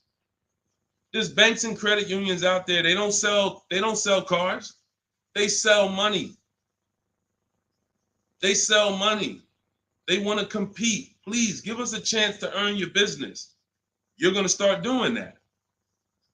There's companies out there, Driveway, Carvana, Kelly's Blue Book Instant Cash Offer, AutoNation, CarMax, Car Gurus, 6 offers. There's companies that buy cars. They pay cash. This isn't Facebook Marketplace. The only way we used to get more money for our old cars than we could get from a dealer is we had to sell it privately. Y'all remember that? Remember that? If you wanted to make 2,000 or 3,000 extra than the dealer was going to give you, you had to sell your car privately. These 6 companies that I just named are going to pay you more than any dealer is going to pay you to trade. So what you got to understand, academic weapon, and people like you who are asking these questions, you got to understand that there's 3 parts to a car transaction. The ones I just broke down, that's if you have a trade. But now, how do you make sure that you get a great deal in each one of the pillars? It's simple. Bids. It's simple. Bids. All you have to do is embrace that. As long as I get bids, it's impossible for me to overpay. This is great for the people who's not a good negotiator. Let's be honest here. If you're not a good negotiator, type not me. You're just not good at it, or you just don't like it. Just type not me. Or me. It doesn't matter. Just something to tap in. Be honest. I see you, academic. Okay. Anyone who's just not, and here's what I know, because I'm taught this in sales. Only 15% of the population is. Only 15% of the population is comfortable with conflict. Hey, Terry, thanks for being honest. This is how we're going to win, being honest. So when you look and say, well, if I'm not a good negotiator, how do I get below market prices? It comes back to bid. So everything I'm teaching you is based on a bidding system. What you should be doing, Angie, is I'm gonna teach you something I call the bank bidding war. This is in my new book. So when you get your copy of the book, you'll see the entire bank bidding war blueprint. I tell you how to do this step by step. The credit bureaus, dealers don't want you to know this, so pay attention. Everyone hit the share button. Shout out to the sharers. I need everyone who shares to hit the share button. If you're on YouTube, hit the like button. Hit the like button, because we're about to drop something on you that I know you've never heard. Pretty much everything you're going to hear you've never heard. But let's go deep on this bank bidding war. The credit bureaus allow you to have multiple lenders access your credit within a certain period of time. And as long as you let them all access it in that period of time, it's going to have the same effect on your credit score as one hard inquiry. So if one hard inquiry on your credit would have lowered your score 9 points, you can have 20 and it'll lower your score the same 9 points. So obviously, if we could have one and we're going to take a 9-point hit, or we could have 20, what's better? With one person competing for our business or 20? So you cannot go into the dealers to do this. You can't say, well, I heard Deshone said I could go to this dealer and let them run my credit, and then the next day I could go to this dealer and let them run my credit. That's not how it works. You cannot do that. What you will do is you will make your deal for your car. First thing you're going to do, Angie, in the bank bidding war process is let's see, are there any special interest rates in the market? That's always step one. The bank bidding war is 3 rounds. Step one is, are there any special interest rates for the car I'm looking at? Are they running 0%? Are they running 1.9%? Anything that I know a bank or credit union can't beat at all. It's a subvented rate. It's like a rebate on a finance. It's the company saying we want to move a lot of these cars. Let's give the people low interest, no interest. Now, once I check that off, there's no special rates. Now we're moving to the next step, which is shopping for our car. Now, I have a tool in my book called the Perfect Budget Exercise. I created a calculator to do this because most of what you need to do when it comes to getting pre-approved is for budgeting. No different than buying a house. They tell you, hey, you're pre-approved for $400,000 at this interest rate and for a 30-year mortgage. Why do they do that? So you can budget. So the only purpose of a pre-approval is to budget. So the problem with these pre-approvals now is they're doing something where they're trying to get over on you. And they just see anytime the public starts to move in a certain way, here comes the scammers, here comes the wolves. Once the public started talking about pre-approvals, every bit of the conversation went there, but they don't want you to get pre-approved and shop competition. They want you to get pre-approved and locked into them. That is what you want to avoid. Anytime you see anyone trying to lock you into them, one dealer, lock me in. Hey, one dealer sent me this letter. Come get this car from us only. Lock me into them. Hey, you're pre-approved from this bank. Lock me into them. That's how you overpay.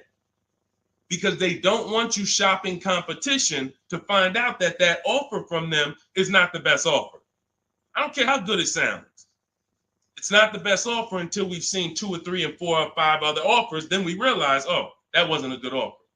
So when they're doing these restricted pre-approvals, where first of all, they want to ding your credit with a hard pull. We don't like that. Second of all, they want to give you, they don't give you a rate, an interest, they give you a term, but there's an expiration date on it. Who's seen that? Who's seen that? Your pre-approval is only good for 30 days. Now, you done already hit my credit with a hard pull. Now I'm out here shopping, and I'm shopping with my back against the wall, and I have pressure not from the dealer that I'm buying from. I got pressure from the bank that wants to loan me money.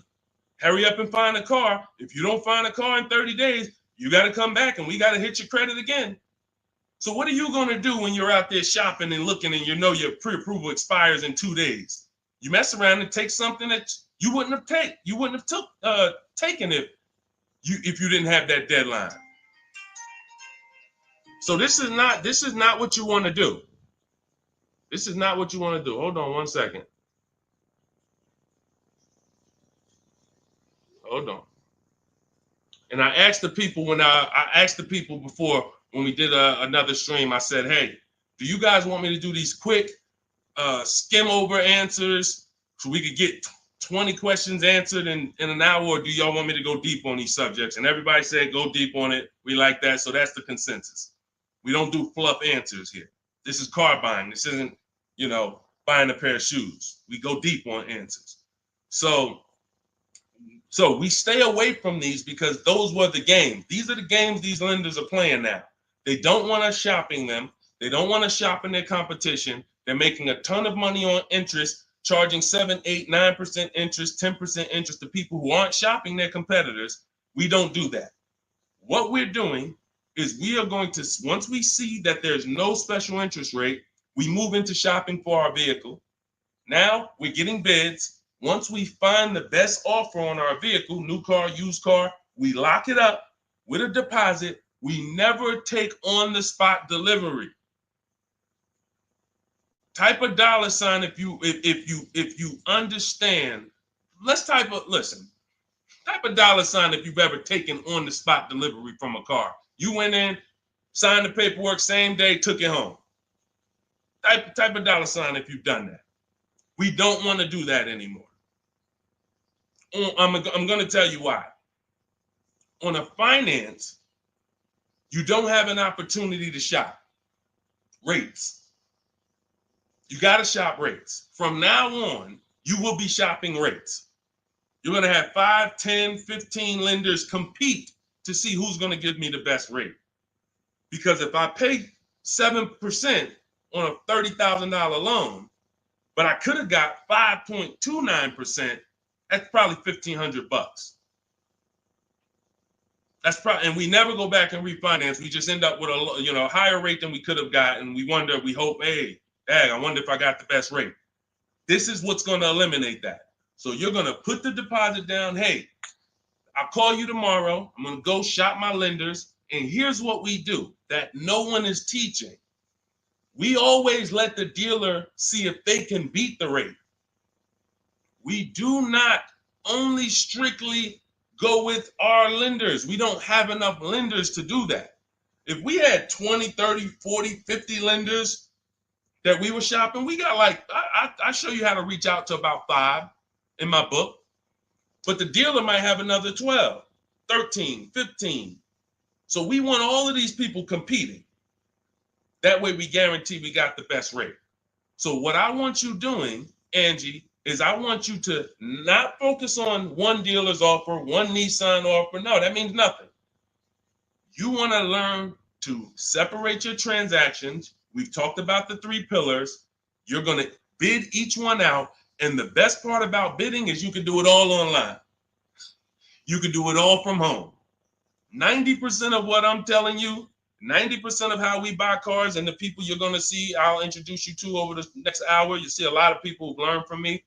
It's from home. That's why my entire process is called Cars from Home. The book is called Cars from Home. It's a digital book. It'll be in your inbox in 5 minutes, but you got to get there before the 30-minute timer goes down to get you 75% off. It's normally a $97 book, worth every penny. But for the next 30 minutes, if you haven't visited yet, you can get your copy for 75% off. Go to my TikTok bio, the Instagram bio.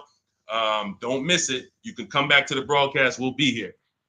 YouTube, we have a comment pin for you. On Facebook, you guys can see the link floating.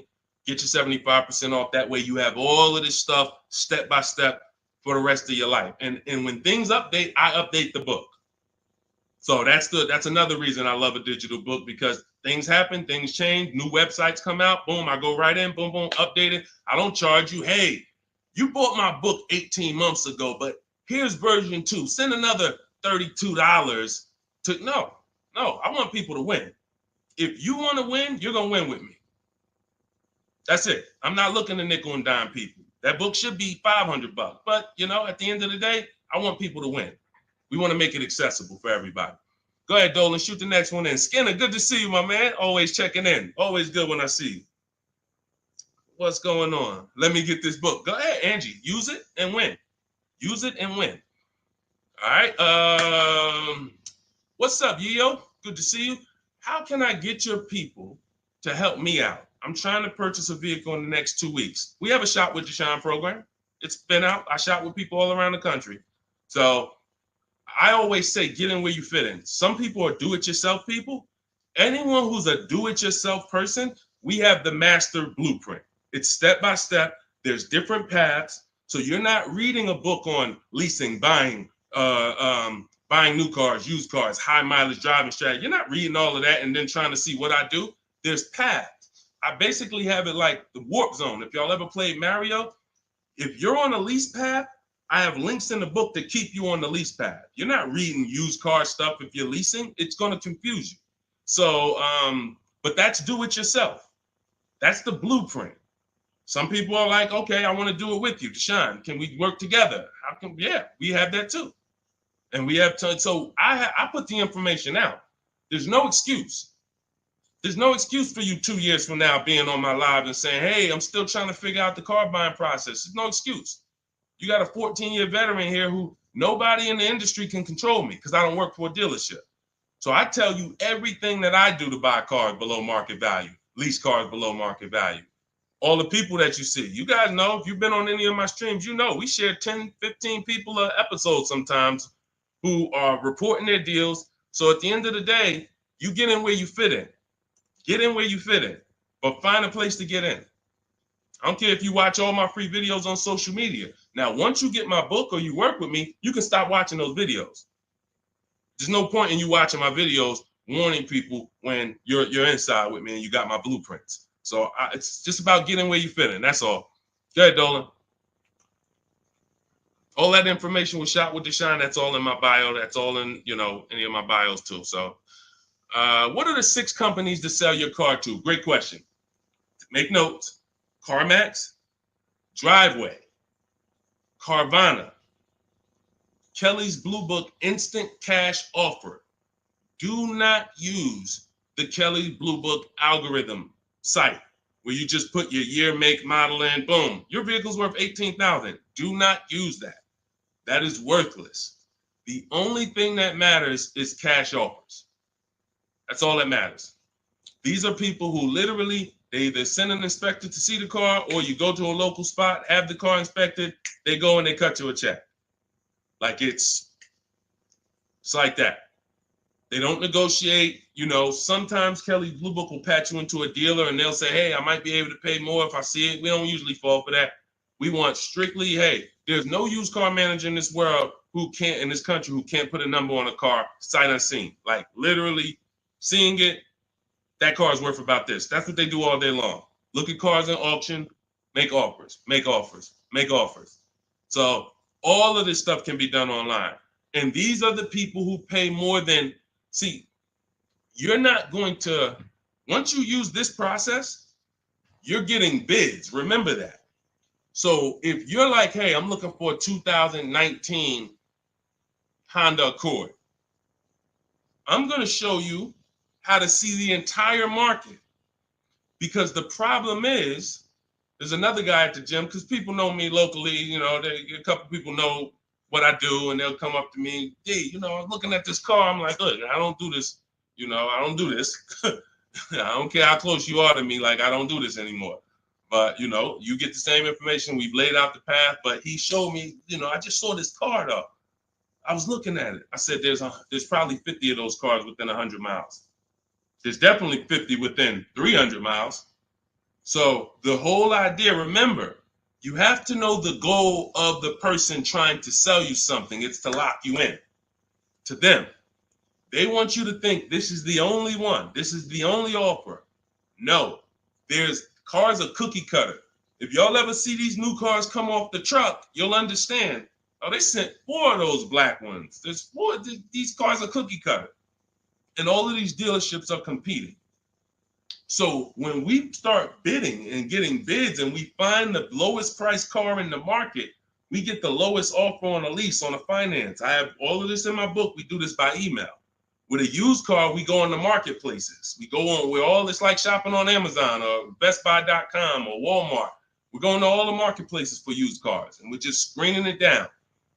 We'll talk more about that. If somebody wants to know how we screen down used cars, feel free to ask that question. But the point I'm trying to make is, once you have found the lowest car in the market, that dealer knows they're selling that car at the lowest price in the market. So they cannot turn around and beat all of these other offers that Carvana and CarMax and all of these companies made to buy your car. They'll be out of business. You can't be the highest price.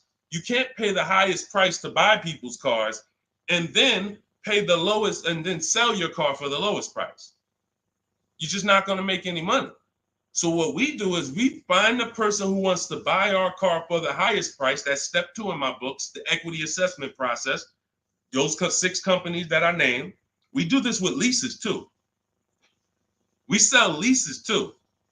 I've been talking about this for 3 years, and I know there's still people who like, Deshone, I didn't know you could sell a lease. If you didn't know, type a question mark. If you didn't know you could actually sell a lease and pocket cash if you have equity, type a question mark. So once we do the equity assessment, we've seen this is the company that's going to pay me the most for my old car. Now we're shopping for our new car. This is the company that's going to sell me the new car for the lowest price. 2 pillars. 2 pillars. You see what I'm saying? That's 2 pillars of our car deal. Guaranteed we paid, got the most for our car. Perfect, check. Got the least car, got the lowest car in the market based on bids, based on multiple offers. This is how it's done. And this stuff takes an app. Like, when you guys get good at this, you'll be able to do this in 90 minutes to 2 hours. 90 minutes to 2 hours. I can get any car I want below market value. I'm going to pay less than everyone else. It won't take me more than 90 minutes. You'll get there. In the beginning, 2.5 hours it's going to take you to go through. You're going to be fumbling. You're going to be overthinking. And once you just get to trust in the process, you'll see, okay, this is a 90-minute process. Now, I don't want you rushing your shopping. It's a big point before we go to the next question. Too many of you are rushing your shopping. That's why you're ending up with cars you don't like in 3 months. We don't rush that. We don't let anyone rush us into making a decision on the car we want. Step 4 in my book, in my process, I call it shopping, not buying. You're going to enjoy shopping the way we shop because no one pressures us. We don't let them. We enjoy our shopping process. We're only there to test drive. We take our time to decide what we want. Now, once we decide what we want, it ain't taking us no more than 90 minutes to get it. But the deciding of some of you might spend 3 months deciding what you want, and that's okay. Visiting dealerships, driving multiple cars, perfectly fine. But we don't, the problem is when you turn shopping into buying. That's the problem. You tell your kids, hey, kids, we're going to go out, we're going to look at cars this weekend. Yes, oh, God, Daddy, we're getting a new car, Mom. Yes, great. All right, we're going to go look. First, we're going to go to Toyota. Then we're going to go to Honda. Then we're going to see the Chevy. If we had time, we'll test drive a Nissan, and it's going to be a good day. All right, perfect. You come out there, you drive the first car. Next thing you know, Daddy's sitting down, Mommy's sitting down talking to the salesman. That's where this is where you ruined your shopping. You ruined your shopping. What is Daddy doing sitting down? Why are you sitting? Daddy, I thought we was going to Honda next. What happened? 4 cars we were going to drive. Yeah, but they said we got a good deal. It don't take them long. If you let them catch you, it don't take us long to catch you with something. Hey, we have some great deals today. The manager said this morning, we're not going to turn down any good deal. We're so far behind our goals. Anybody who makes us a reasonable offer today, the next thing you know, you're not shopping anymore. You're talking about buying.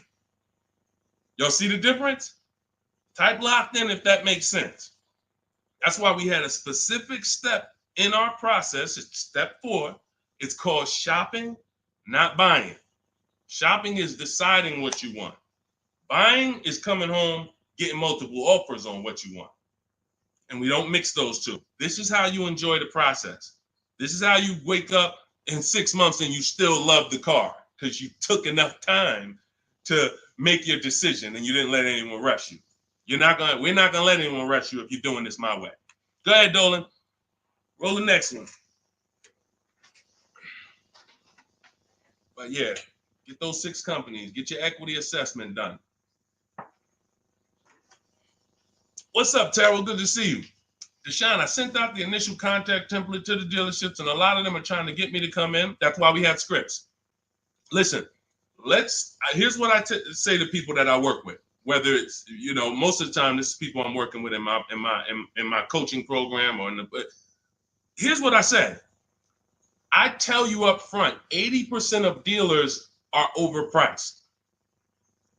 80% of dealers are here to make the process difficult because the more difficult they make the process, the more money they make. It's very simple. When you get my book, I have email scripts that reply to everything.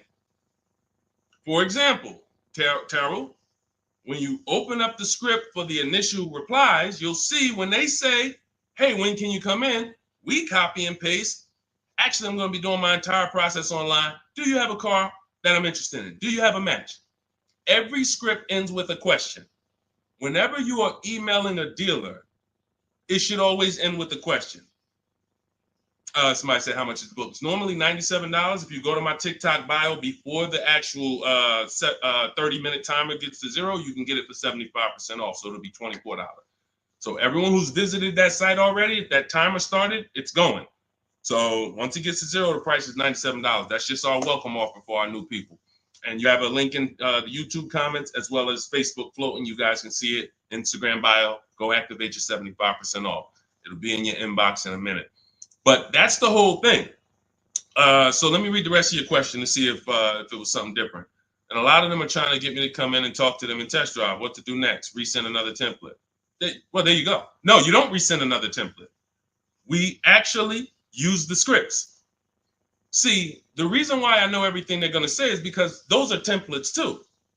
When you guys get these emails, who gets the emails from dealerships? Hey, Jane, we love your 2016 Kia Sorento.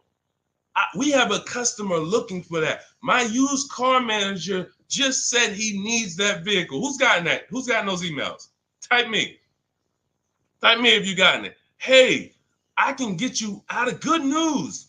We looked at your 2021 Honda, and turns out we can get you in a new one for around the same price. When can you come in? Or when can we have a conversation? Right? Thank you, Dion Skinner. Okay, look, how do we know? How do I know you all are getting those? Because we sent them from the dealership. We sent them from the dealership. Listen, if you're not tagging your best friend into this broadcast, you're being a little selfish, because your best friend's out there right now and they need a car and they about to go and overpay. So tag your best friend into this. Hit the share button and share with your best friend. This is what happens. Those are all templates. There's a software we would use, Mastermind, Momentum. What it does is it just searches the whole database and it sends out templates to these people. If we send out 1,000 emails, 100 are going to reply.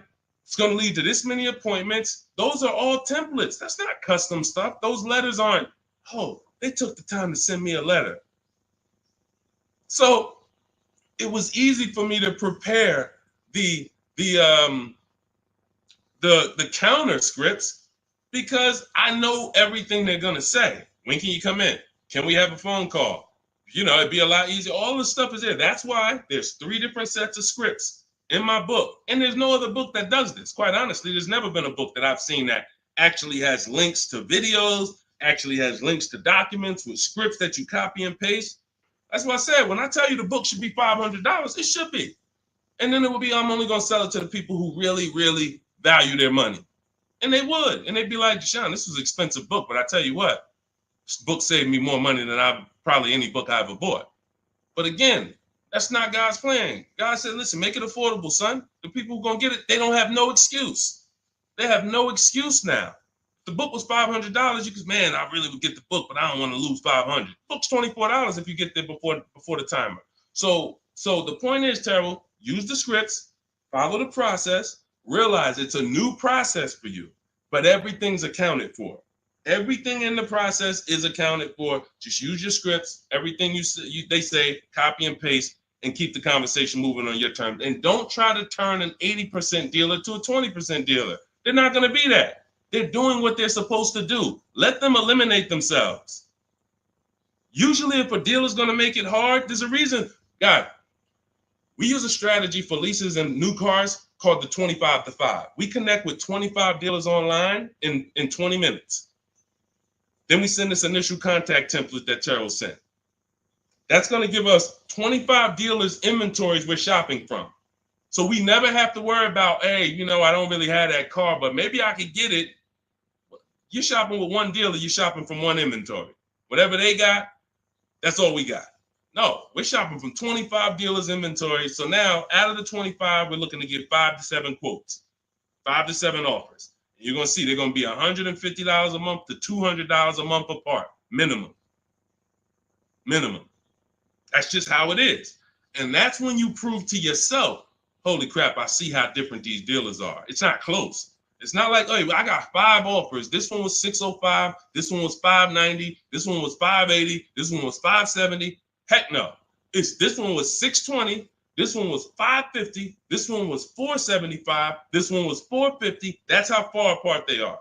The 80% make big money, big, huge commissions. Like, it ain't like, so the 20% are the people who we want to find and do business with. These are the people that compete. They want to beat their competition. We find them and we buy from them. Great question. Thank you, Terrell. Good to see you. Next question, Dolan. Oh, man, good question. And that's very common. Again, very common. It's a new process. All right, I said that's the same question. Same question, Dolan.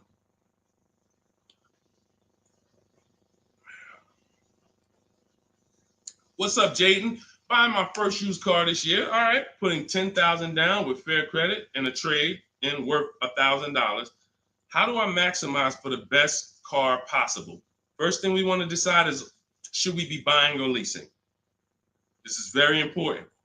Now, I know many of you were taught on here, never lease a car. That advice is costing you thousands and thousands of dollars. And we'll go deep on that because I can't make a statement like that without going deep on this. But let me ask you, Jaden, do you have good credit, fair credit, not so good? You know, nobody knows you, so it's not like, you know. But I need to know this to properly answer the question, because some people, you know, they want to put a lot of cash into the transaction because they don't really have any credit. Let me know. I'm looking for your comment. Listen, you got to stay close to your keyboard. All of you who are asking questions, I want you to stay close to the keyboard. Dolan's pulling the questions in, and, you know, I want you to stay close, because I might ask you a follow-up question that I need to actually, you know, be able to answer it. So let me just assume. All right, let's just assume you have fair credit. Hang on one second. Let's assume you have fair credit. All right. Hang on. Okay. So let me tell you an outcome that's very common. And you could decide, this is all of you who have a child who's going to be getting a car, or you're going to be getting your first car. Like, listen up to this. We go wrong buying people their first car a lot of times, because typically when you buy a car, what's happening is you have to pay for the whole car. Some of you know every $5,000 on a car loan is about $100 per month. So when you look at and lock that into your head, every $5,000 is about $100 per month. So when you see a $5,000 car, $10,000 car, you should think $200 a month. When you see $15,000, you should think $300 a month. These are safe parameters for you to make sure you're not overcharged. You have to be able to understand a $50,000 car isn't going to be $500 a month to buy. It's going to start out around $1,000. So we need to know these things, because you can manipulate loans to make payments lower, and that's how you end up in a 9-year loan, because you went in saying, hey, could you get that car to 700? That car's nowhere near 700 with a good loan. 5 years, 6 years is the longest we go. I have a rule in my book called the Rule of 72 and the 10th birthday. 72 months is the max loan we take, and the car should be paid off by its 10th birthday to avoid problems. So by the time a car turns 11, car should be paid off, so that way you could actually put money to the side for maintenance. These are all boundaries that we haven't had, that if you follow them, you're going to have a lot better experiences. So if you don't have the credit to lease, then I would say, okay, get yourself an inexpensive car, try to get a small loan. You know what? The first question is, how many years are you going to keep the next car? That's the first question. That is the first question. When you open up my book, the first question, if you and I were talking on the phone, Jaden, the first question I would ask you before credit, before anything, Jaden, how many years are you going to keep the car? Now, if you say to me, Deshone, I'm definitely keeping the car 9-10 years. I don't need a car every couple years at all. I'll keep a car a decade. Perfect. Forget about leasing. In my book, first step is, how many years are you keeping the next car? I want y'all to answer that. Everyone who's shopping, everyone who will be shopping, you're shopping now, or you're going to be shopping soon in the next 6 months, a year. I want you to answer the question. How many years are you keeping the next car? Guaranteed. Guaranteed. Because everything else comes after that. When you're going to keep it 8-9 years, I'm going to show you the steps you need to make sure you get a car that will last 8-9 years. Plenty of people say, oh, I wanted to keep the car a long time, but you didn't take the steps to make sure you got a car that would last that long. So everything comes from this question first. How many years are you keeping the next car? So now, Jaden, let's say you say to me 8-9 years. Perfect. So now what we're going to do, we're going to the purchase path. Not thinking about leasing. New car, used car, based on budget. Based on budget. Now you said you have a trade-in worth $1,000. I'm guessing it's an older car, so you can still put it through the equity assessment. But if you're saying it's worth $1,000, who told you that? See what I'm saying? See, the highest offer for your car is what it's worth. I want y'all to get into the habit of getting offers so that you know exactly what your car is worth, not letting one person tell you what your car is worth. So now let's just say, for example, your car is worth $1,000. Now we're looking at, well, do we get a new car or pre-owned car? And if we get a pre-owned car, here's how we determine new car versus pre-owned car. Budget is one. Now let's say you could afford both. I could afford a new, I could afford a new pre-owned. Which one? Well, it's based on values. Some people, you only get a new car every 10 years. You're like, hey, I want to get me a new car. Because at the end of the day, over a 10-year period, the amount you pay for the new car, you'll get some of it back on the back end. And some people are like, I want to get a new car every decade. I want to treat myself. I could afford both. Some people are like, hey, I can afford both, but I'd rather knock 30% off. I don't need the latest one. I'd rather knock 30, 40% off what the price would be. It's just different values. There's no right or wrong there. In my book, I teach you both of those things. When you get to that step, that's how I help you make a decision.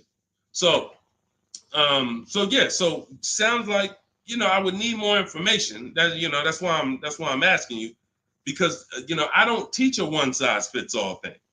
I teach based on where you're at, here are your options. Pick one.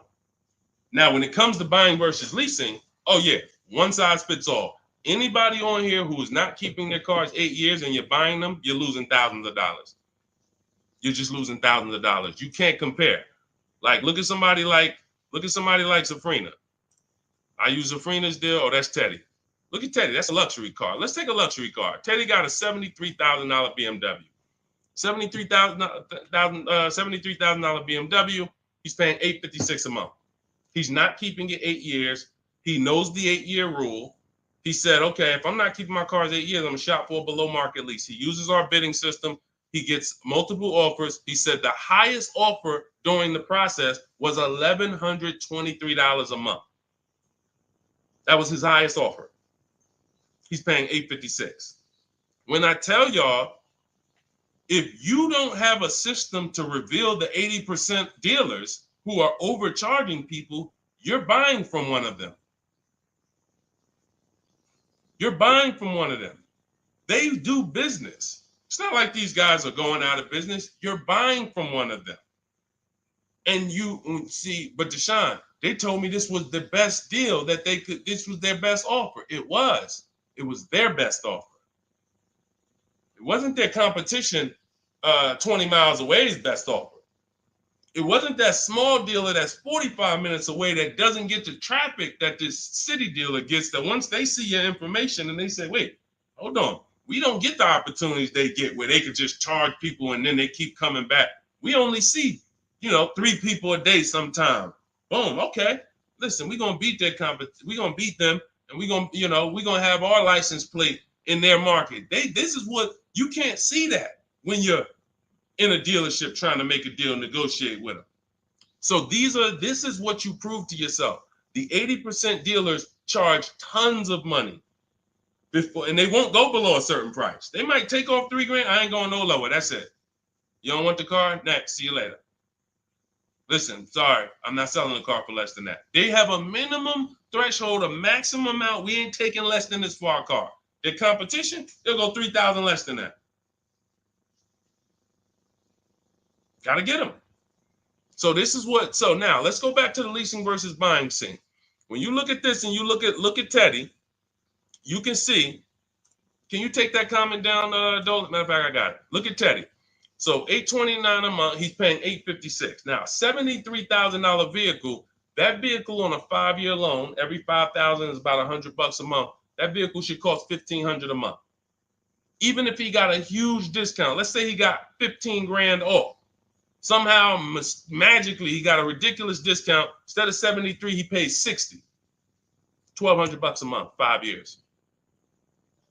$1,200 he's paying $856. No money down. We don't, and whenever we shop, what you're going to learn as you listen to me and you shop the way I'm telling you to shop, everything we shop is no money down. We might put money down later, but we only put money down after we guarantee we got the best deal. All right. Let me echo that. You only put money down after you guarantee you got the best deal. What does that mean? You paid the best price for the car. You found the dealer that's going to sell you the car for the lowest price. You found the bank that's going to get you the lowest money. You did this from home using online tools. If you're doing it manually, you call around. I don't care if you call around. It's harder than my way because, but you want to call around and try to get multiple offers from dealers. The point is, once you find the best offer, now we can put money down if I want to lower my payment. But what dealers try to get you to do, especially the 80% and the people you're used to dealing with, they want you to put money down to get to a payment you'll take the car for. Big difference. Hey, how much is this car? Hey, it's $1,100 a month. Yeah, I can't afford that. How much money can you put down? How much money can you put down? Man, I could probably put down like 15, but can you get me to like 700? Now you're trying to buy your deal. You're not focused on the interest rate. You're not focused on the price of the car. Is he even selling me this car lower than what I could get on the market?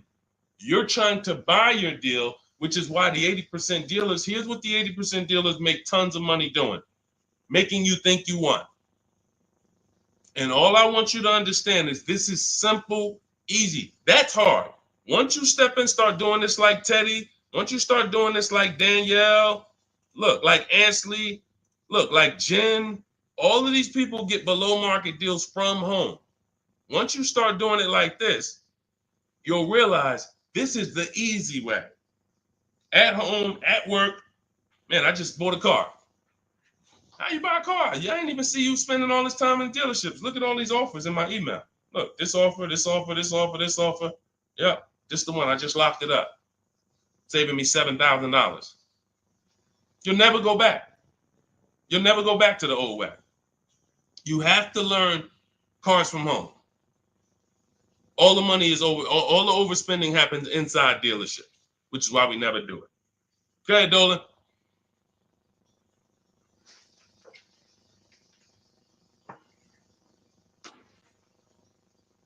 Let's go, Dolan. Keep them queued up, bro. Let's go. To Cali, good to see you. Should you put a down payment on a car? Well, that's just what we were just talking about. What we were just talking about was, all right, let's talk down payments on leases. First of all, you got to realize something about a lease. Whenever you put a down payment down, if the vehicle's stolen and they don't find it, or if it's totaled, you don't get the money back. I'm not a fan of putting huge money down on leases, but unless you do one thing, you assess, well, two things technically. There's only two ways to lose your down payment. Car's stolen and they don't find it, or it gets totaled. So here's what you ask yourself. How many cars have you had stolen in your life? Some of you are going to be like, man, 3. I wouldn't be putting down payments on leases. Some of you like, Deshone, I never had a car stolen. Thank God. All right. You can check. You can check. Now, second question. The vehicle you're buying, what's the chances if you get into an accident, it can get totaled? You're buying a huge Jeep. You're buying a huge S-Class Mercedes. You're buying something that's very hard to total. You're good. You're good. You're buying a Honda Civic, putting $5,000 down on it. It's not a good. You're taking big risks. Big risk. So that's how we assess leasing. But here's the thing. This is how we shop for our leases. This is all in my digital book. We shop for our leases with only first month's payment down. That's really no down payment because when you lease, you give them your first payment, then you drive off. And when so that's how you do it. So first month's payment out of pocket, 12,000 miles per year. And we put taxes and fees in the payment. That's it. That's it. We get all our offers that way. The dealer's going to give you the offer based on how you told them to give it to you. If you told them, hey, just work me a lease out, They're gonna work you out a random lease, $3 grand down, boom. When you see these commercials, these are not deals. Listen, you cannot never judge. I told y'all at the beginning of the stream, it's 3 prices you can pay for every car: market value, above market value, below market value. Those are the 3 prices. Below market price is the people who got skills. That's the stuff we're talking about here. Below market comes from bidding. When you look at these offers, look at these commercials. Look at. Let me show you a deal. Look, Ansley just got a 2024 Infiniti QX Lux. MSRP is $58,000, $58,490 to be exact. Said I'm only paying $554 a month with my first payment down only, right under 1%. Now, some of you, if you're savvy, you've heard of the lease 1% rule. That's been around for probably 30 years. I created the 1.5% rule because people were overpaying for leases. People knew, the savvy people knew the 1% rule. They knew this is great value. This is a steal. You get a lease under 1%, no money down, you stole a vehicle. Doesn't mean it's your best deal because Zafrina got 0.88. So she got 0.88. So just don't think, again, bids. Bids. It's like, hey, you don't know how much you're going to save on the car. She didn't know she was going to get 0.88. She knew the 1% rule. She got her offers. She ends up closing the deal, $579 a month on a $65,000 vehicle. So this is how you shop. So once you get an offer, if it's between 1% and 1.5%, that's good value on the lease. The closer to 1, the more value. But in order to get 1, you need rebate. You need we don't understand sometimes the lease program. The dealer can't control that. So what we do is we shop. When you see a deal that's 1.1, 1.2, 1% low, that means there's a lot of rebates there. There's a lot of there's probably great residual, low money factor, which is the interest rate. You can't control these things. All you can do is bid it out. Now, once you get to a payment and you're like, okay, I already know I'm under 1.5%. I got my 5 to 7 offers, so I know this is the best offer. But I want to drop my payment probably another $50. Now you put money down. You see what I'm saying? Type $signs if you got that. You shopped your deal. You got your offers. Type a $sign at that click. I'm talking to the people that's locked in. Listen, I know, unfortunately, we live in a world, a lot of people distracted. We sit here, we could talk big money all day long, and it's just flying past it. They got 100 other things on their mind. But the people who locked in, type a $sign if you understand that. When you shop for offers, when you look at your lease offers, the way I just told you we shop for them, now we get the offers, we say, all right, boom. This is the best one out of 5 to 7 dealers I got. Let me now lower my payment. First of all, if you can afford that payment, just take the deal. Much better, put no money into the deal. That way, if God forbid it's total, boom, I come back, I do it again, ain't no problem. I didn't put no money into the car. But if you look and say, I want to lower my payment like $100 a month. First thing you do is assess what I told you a couple minutes ago. How many cars have I had stolen? The lower, the better. If it's one time, okay, chances of this car getting stolen, slim to none. All right, how easy is this car to total? Now, it's a big vehicle. Like, I'd have to get into a pretty bad once-in-a-lifetime accident for it to be totaled. Perfect. All right, you can throw $2,000 down. You can throw $3,000 down to lower the payment more. That's how you use down payment money. You never use down payment money to buy your deal. You must have the deal before you apply the down payment. You must have the lowest interest rate before you get the down payment. You must have the dealer who's selling you that car lower than anyone else before you apply the money down. That's when you know you have a deal and your down payment isn't being taken and used as profit. Anybody else, down payment's being used as profit. It's just padding the deal. Give us more money to work with. How much could you put down? 6? All right, let me go work this out. And they're just around moving money around. They're moving, you're buying a car from them, you're getting your loan from them, and you're giving them $6,000 to work with. They have all this money to work with. That's a dream customer. And if this is you, I don't want you to feel bad. I only want you to feel, because no one told you this until now.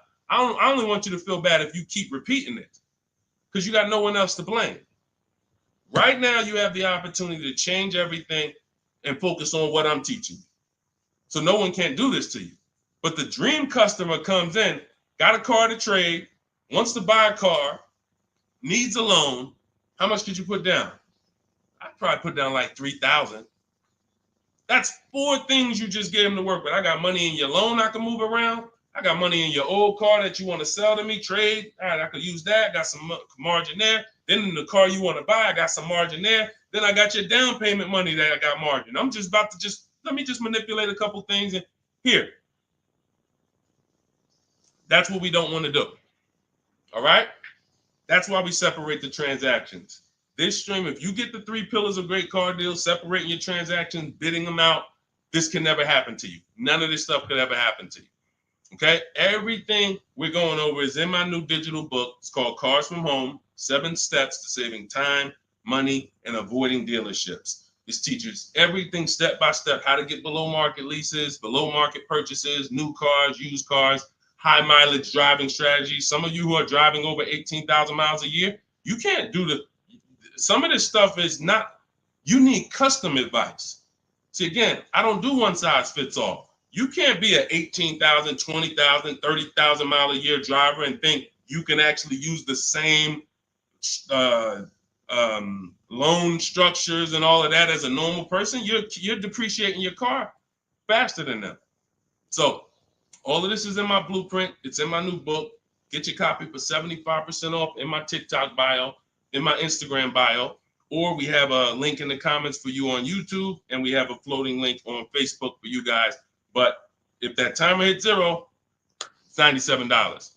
And if I'm you, if I miss the 75% offer, I'm getting the book, knowing what I know. And there's people who have the book, they'll be like, hey, look, I don't care if you missed it. You need to get the book. It's $97, worth every penny. So I want you to have everything I teach. It'll be in your inbox in literally a couple minutes. It's a digital book. And as soon as you get it, you're going to see a thank you page, and it says screenshot this page. Very important, because on that page is the link to open the book. Then I email you a copy.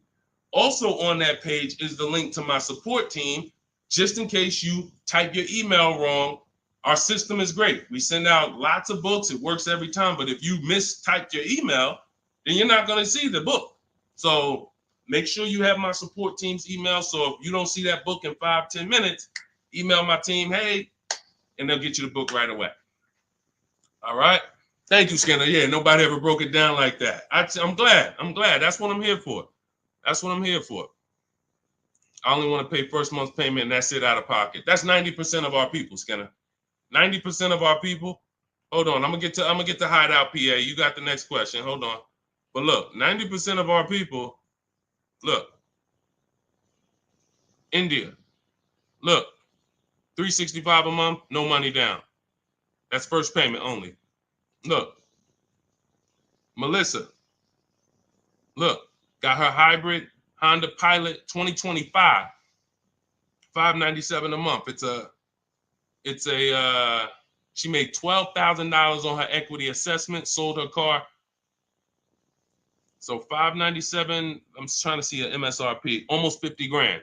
So it's a 1.2% lease. Look, nothing out of pocket, first month's payment. Look, Ansley. I gotta go get the rest. I didn't hit see more to get his detail. You see, Ansley got 2 cars. He just got another BMW. Hold on. Look. Milligan. Everybody, we pretty much, look, zero is signing. Melissa. This is what we do. There's nobody who's better at this than we are. Listen, if I had the time and we did one stream where we just sat here for an hour, I could show you 100+ people. Boom, boom, boom. Well, I just show a dozen because I'm not going to spend too many. Look, if you don't get it from 10 people, you're not going to get it from 100. You know, if 10 people just like you who are showing their deals, paying less than you, don't persuade you, 100 wouldn't. But the point is, everybody shops with no money down. Because when you shop with no money down from now on, you will see it's easier because you can't confuse me. You can't confuse me when I'm shopping with no money down. You got to be great at math, which I love math. So, I mean, I love math. But you have to be great at math to put 3, 4, 5,000 down and be able to see where the money's actually going. So the best thing to do is compare. I could get this car, no money down. I could lease this car, no money down. What's my payment? And then you'll be able to see it. Dealers can't manipulate you. So definitely, that's all we do is no money down shopping. Go ahead, Dolan. You can put that one up. You can put that question up. I want to get to that. Hideout PA. In a 2-year lease, 2024 Jeep Hybrid, 1,500 down, 499, 10K a month. Good deal. You have nothing to compare it to.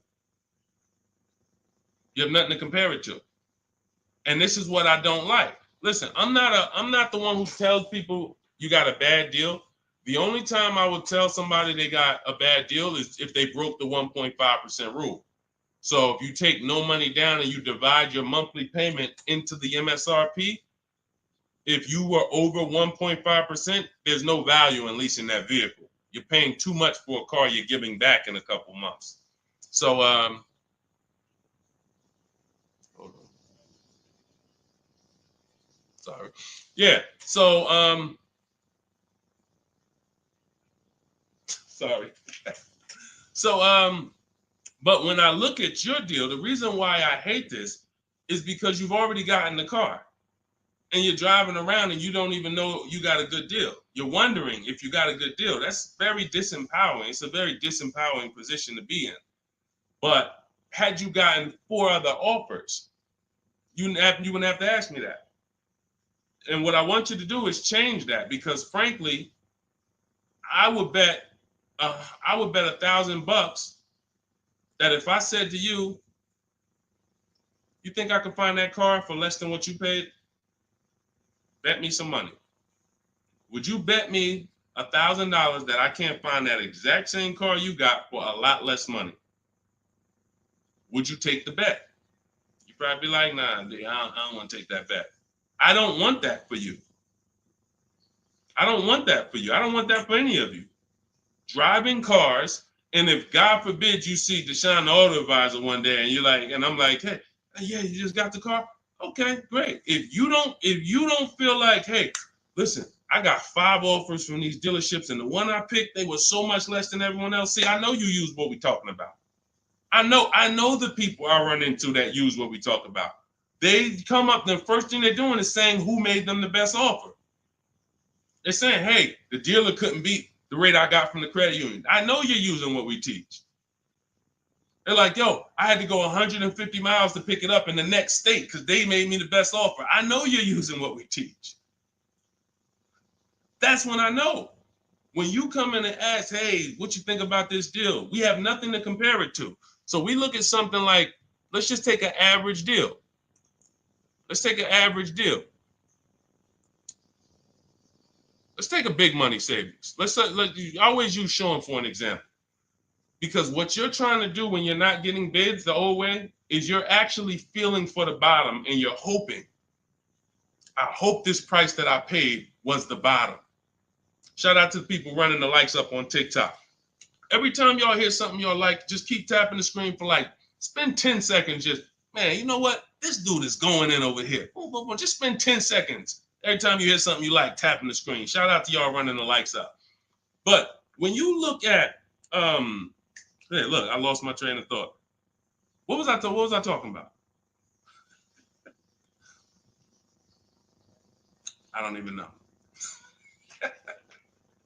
That usually happens once I've been on for about an hour. That usually starts happening. Hideout PA just bought the book. Awesome. Listen, I'm answering your question right here. So, and look, next time, that's the thing. So again, I cannot tell you, oh, the MSRP was 49,000. Okay, so 49, 1,500 down. That's about a 1% lease. Solid. We don't know if you could have did better though, and that's the point. Again, Zafrina. Funny story about Zafrina, and she got this 0.88% lease, right? You're probably a little over 1% because you put about 1,500 down, so that $1,000 probably would have put you about maybe 1.1. Still great value, absolutely great value. great value. But Zafrina called me. She was shopping for a Jeep Grand Cherokee. She didn't call me, but we you know, she's in my program. Again, we have Shop with Deshone, Shop with, you know, blueprints. It's all up to you. However you like to learn, we provide it. So she was shopping for a Jeep Grand Cherokee, and the best offer she had was like 1.1, and it was solid. But she was coming out of a Jeep where she was under 1%. Her lease was up. She was under 1% on her old lease. And she said, the guy told me if I take the hybrid version, or the electric version, he can get me down to 1%. No, I think she was maybe 1.2 on a Jeep Grand Cherokee Limited at the time. She said if I take the hybrid version, he said I could do a 1%. He could get me to like 1%. I said, okay, if you're going to look at the hybrid, the electric version, that's an entirely different vehicle. The same dealers that you've been getting the offers from, run it past them now. That's a different lease program, different vehicle. Yeah, he might be able. Now look at this. Here's the big part. He was selling her the standard version lower than everybody else. But then he flipped her to the electric version because it had a better program. She ran the lease again, and another dealer sold that vehicle lower than everyone else. This is why this round robin system is so fun and empowering and revealing. You cannot trust any one dealer. We put them against each other, and that's how we win. So she ends up getting a 0.88% lease, $579 on this $66,000 Jeep. So that's the only thing. Even when we get a great deal, you never walk into a dealership say, get me to 1%, get me to 1.2, get me under 1.5. We don't say this stuff. We get bids. We never know where the best deal is going to be. We just never know. That's why we get bids. So everything we are learning is in my new digital book. Those of you who spent the last hour, 10 minutes with us, you're like, Deshone, I got it. I took a lot of notes. Perfect. But those of you who like Deshone, there's no way I'm going to remember all of this stuff. I want the whole step-by-step blueprint. That is Cars from Home, my new digital book. It's called 7 Steps to Saving Time, Money, and Avoiding Dealerships. You're going to learn how to get below-market car deals on leases, new cars, and used cars, and without spending more than 30 minutes in a car dealership. You'll be doing this from home. Everything we do is putting dealers against each other, making banks bid. We don't beg for these discounts. None of these people you saw me share, they know we don't do any begging. We are the prize. You are the prize. You haven't acted like it. You haven't accepted it. You haven't shopped like it. You're begging. Hey, come on, can you take off another $50? Come on, $25 a month. You're going to lose a deal over this. This is begging. You're begging someone to give them a $50,000 transaction. We don't do that. We're at home, empowered. Everything we do is in there. You have it in your inbox in literally minutes, and you can get it as long as you get there before the 30-minute timer is up. You get it for 75% off. So you won't pay the normal $97 price. You get your copy in my TikTok bio, in my Instagram bio, or you can click the link in my YouTube comment or Facebook below. So shout out to the people that's locked in. Skinner, shout out to you, Hideout PA. Shout out to the people who are like locked in. I know I can only help a small percentage of people. That's the sad part. The sad part is when I came to the internet, a bunch of smart people who studied the internet, they do this. I never sold any products on the internet. They told me, Deshone, doesn't matter how inexpensive you make it, you can't help everybody. They're not mentally gonna let you help them. I said, no, that's impossible. Nah, I said, look, no way. No, I'm gonna be so transparent. I got the industry experience. We got hundreds of testimonials. They go to all my pages. They can see their peers, people just like them, grandmothers, single mothers, all that. They said, Deshone, none of that matters. You can only help a small percentage. And they've been right. And I used to be disappointed. I really did. But now I focus on the people who are locked in. Whatever God gave me, whoever God assigned to me, I'm focused on you. That's it. So I'm here to make sure Hideout PA wins. She got the book. I'm here to make sure that Skinner wins. I'm here. Anybody who locked in, hey, Deshone got the book. You talking to me. I'm the 10%. I'm the 20%, whatever percentage it is. But the rest of you, you got to evaluate yourself because you're going into a very expensive purchase that is the second most expensive purchase you're ever going to make. And you're going in to deal with sharks. Like you really live that. Like you're really ready for that. I spend more time warning you of what the inside is like because I've been in the inside. I can go back to sell cars if I wasn't running a company to educate you guys. I can make $200,000, $300,000, $400,000 a year selling cars. This is not hard for me, but I know what it's like. I know who sits next to me. I know it's people who, when you sit down next to them, your head's coming off and you're going to leave with a smile. It's an art. It's a science to making a customer leave with a smile. We got people who pay $200 more per month than they could have got, but they leave smiling. Don't let them run into their neighbor, though, that's got the same car and got a better deal. $200 less. Wait, you got the same car? What happened? They knew something you didn't know. So that's my warning. Shout out to the people that's locked in. Get your book for 75% off. Make sure you screenshot the thank you page. The book is right on the thank you page. As soon as you pay, you can download it, add it to your inbox, and just use it and win. And make sure you email me your success stories. All right. I'll see y'all in the next stream. God bless you.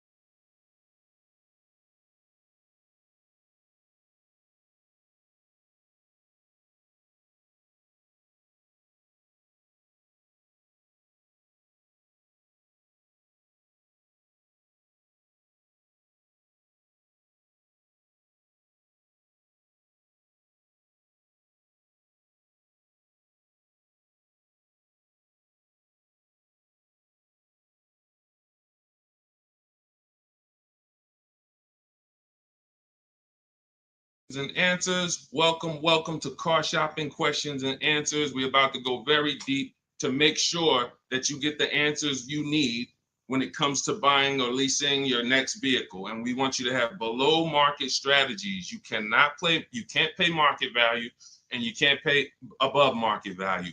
The goal when you are purchasing or leasing a car is to get a below market deal. That's the only deal. If you pay market value, you're paying what everyone else paid. It's not a deal. If you pay above market value, you're paying higher than what most people pay. It's definitely not a deal. The only deal is below market value. I see you, Rachel. We're gonna start off with you. I see your question on coming in on TikTok. So Dolan, we get ready to pull these questions in. As you guys start typing your questions, we're gonna have Dolan pull them into the show so you can start typing. And I want you to know that everything you're gonna learn over this next hour is out of my new digital book. It's called Cars from Home. 7 Steps to Saving Time, Money, and Avoiding Dealerships. I wrote this book. I put 14 years of industry experience in the car business, working with dealers, working inside Mercedes-Benz, inside General Motors, and I created a 7-step process for you to get below market leases, below market finance deals, below market loans, below market cash purchases, below market used cars, and I have high mileage strategies in there for those of you who drive over 15 or 18,000 miles a year. It's all in there step by step, and you can get your copy for 75% off as part of our book launch offer. You can click the link that's floating on Facebook. You can click the link below on YouTube. We have a comment pin for you, and inside my TikTok and Instagram bios, you guys have a 75% off link for 30 minutes. Once that timer goes to 0, the price does go back up to $97.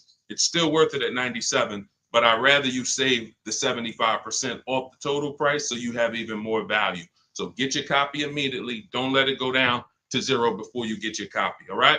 Let's get started, Dolan, with the first question. Start typing your questions, guys. We're going to get through as many as we can in 1 hour. And as you come in, can you hit the like button? It does matter. It does activate the algorithm. It does let these platforms know that we need more people over here so we can help them protect their money. Okay, this question came from Rachel. what's the best time to get a car? I drive a 2014 and I own and I owe $18,000. What is the best advice you can give on trading a newer vehicle? It's under 18, it's under 100,000 miles. Okay, Rachel. So one of the things that the first sense I get is I don't like you still owing that much money on a car that's 10 years old already. I have a rule that I teach. It's called the rule of 72 and the 10th birthday. That means that you never want to take a loan longer than 72 months, but you also don't want a loan on a vehicle past its 10th birthday. And I'm going to tell you why. In 14 years in the car business, I've seen tons of people have things go wrong about the 10-year mark. Now, there's nothing wrong with things going wrong because that's why you have a car, so that you can put a little money into it, maintain it, and keep it driving for as long as possible.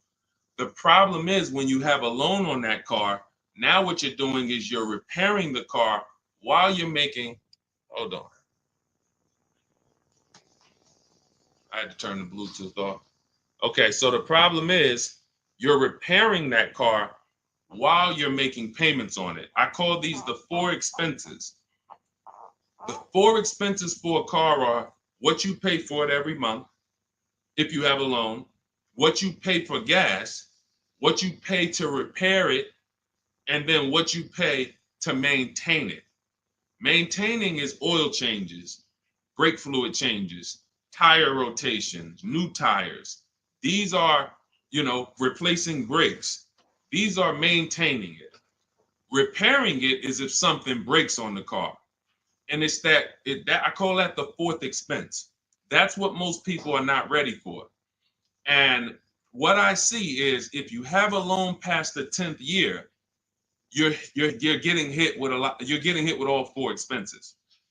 And if you've ever seen someone who has a luxury vehicle and they hate it, they usually are buying cars that are too old and taking loans that are too long on them.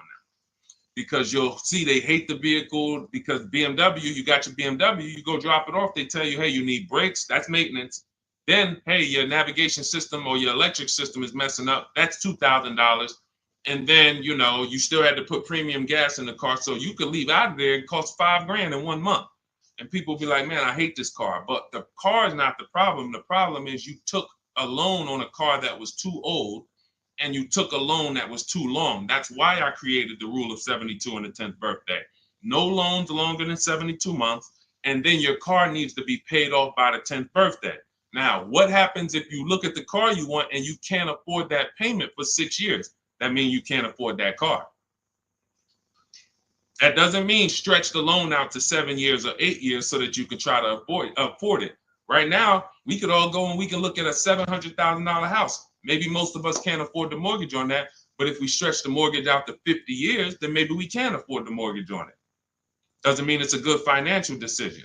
So if you're going to finance again, Rachel, I want you to keep that in mind. When you replace your current car, if you're going into another finance, which I don't recommend if you're not keeping this next car 8 years, because you're going to be in the same position again, you should be going into a below market lease. Then if you're keeping the car long term, then go to another finance and then make sure you're not buying too much car, taking out too many loans on it, and taking out too long of a loan. Use that as an affordability index. If I can't afford this car on a 6-year payment and I can't add up, here's how you do it. You look at the car, ask yourself, how old is it? If it's 6 years old, that means I got to take a 4-year loan. If it's 5 years old, that means I got to take a 5-year loan. It can't be greater than 10. You are taking way too much risk. And you're going to end up in this position where you're looking and you're like, how do I still have a car payment? Things starting to go wrong on this car. I'm nowhere close to paying it off. What did I do wrong? That's what you did wrong. Now, if you want to avoid this altogether and say, all right, what can I do in a different structure? You would be going into a lease. If you're shopping a below market lease, what that's going to do is make sure you can pay a low payment on a brand new car. It's always going to be under warranty, and you just keep doing that. You look like somebody who you're just used to having a car payment anyway. So you want to switch the way you make those car payments and start paying it into new cars versus these 10-year-old cars or 8-year-old cars that you're paying these payments into, and you're not getting much back in terms of return or quality or anything like that. So that's the first thing that I would concern myself with is, Rachel, how many years are you going to keep the next car? If it's 8 or more, then you purchase again. If it's less than 8, then Deshone, talk to me about a lease, because I'm not keeping this car at 8 years. I don't keep any car 8 years. All right? It's a great question. That's where we need to start out. Go ahead, Dolan. Shoot the next one up. Okay, this one is Love and okay, I don't want to even try to pronounce it, but you can see who you are. If I'm upside down, how can I trade or sell without having to pay the difference or getting a higher note? So now you're asking a question that, all right, so this person said if I'm upside down, that means they owe more on the car than it's worth. How can they get out of that car and go into another car without paying the difference or having a higher note? So I'm going to give you the way it's possible, depending on your situation, and realizing that in my book, there is one person, there's two people actually, but really one main person who, it doesn't matter how good your credit is, you're not going home with a new car, because negative equity is, you have too much negative equity. So there are cases where doesn't matter. You come in with an 800 score. I call negative equity the bad credit for people with good credit, because it's the only time when I was in the dealership, people would walk in and they would say, you know, okay, we look at a car and then we look at their current situation and the maximum amount they can pay. And then we look and say, hey, look, the bank's not going to approve this. You can't roll over 10 grand of negative equity to that $30,000 car and do no money down. So there are circumstances where you've dug yourself too deep, and the only thing that's going to do it if you don't have money is time and paying down the vehicle. So let's talk about if you're not in that situation. First thing I'm doing is I'm going to CarMax. I'm going to driveway.com. These are websites. This is because you notice what she said. If I trade or sell, that's very important, because some of you've been on the stream, you know we don't sell. I mean, we don't trade. We always sell our cars to cash buyers. You know, that come, they write big checks, they pay more than dealers. So the first thing we're going to do is visit these cash buying websites: CarMax, Driveway, Carvana, KBB Instant Cash Offer, AutoNation, and Car Gurus. That's going to give you 6 independent offers.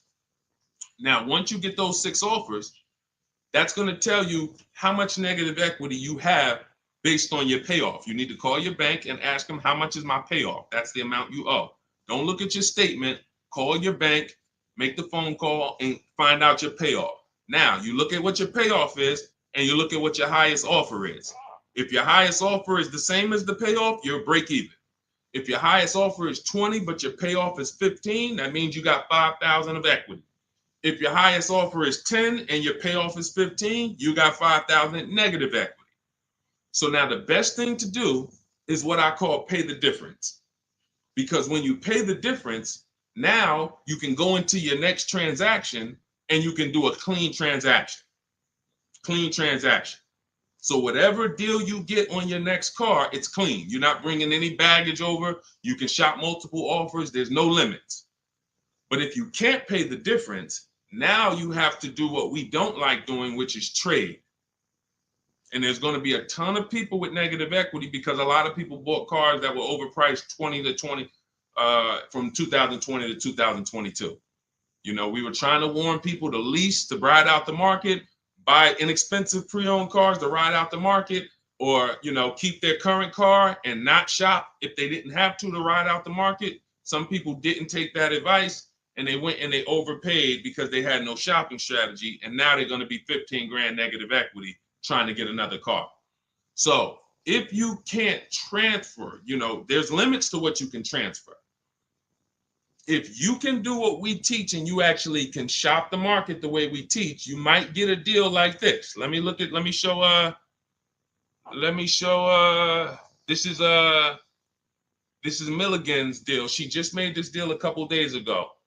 It was for Mercedes-Benz brand new EQS. It's an EQE.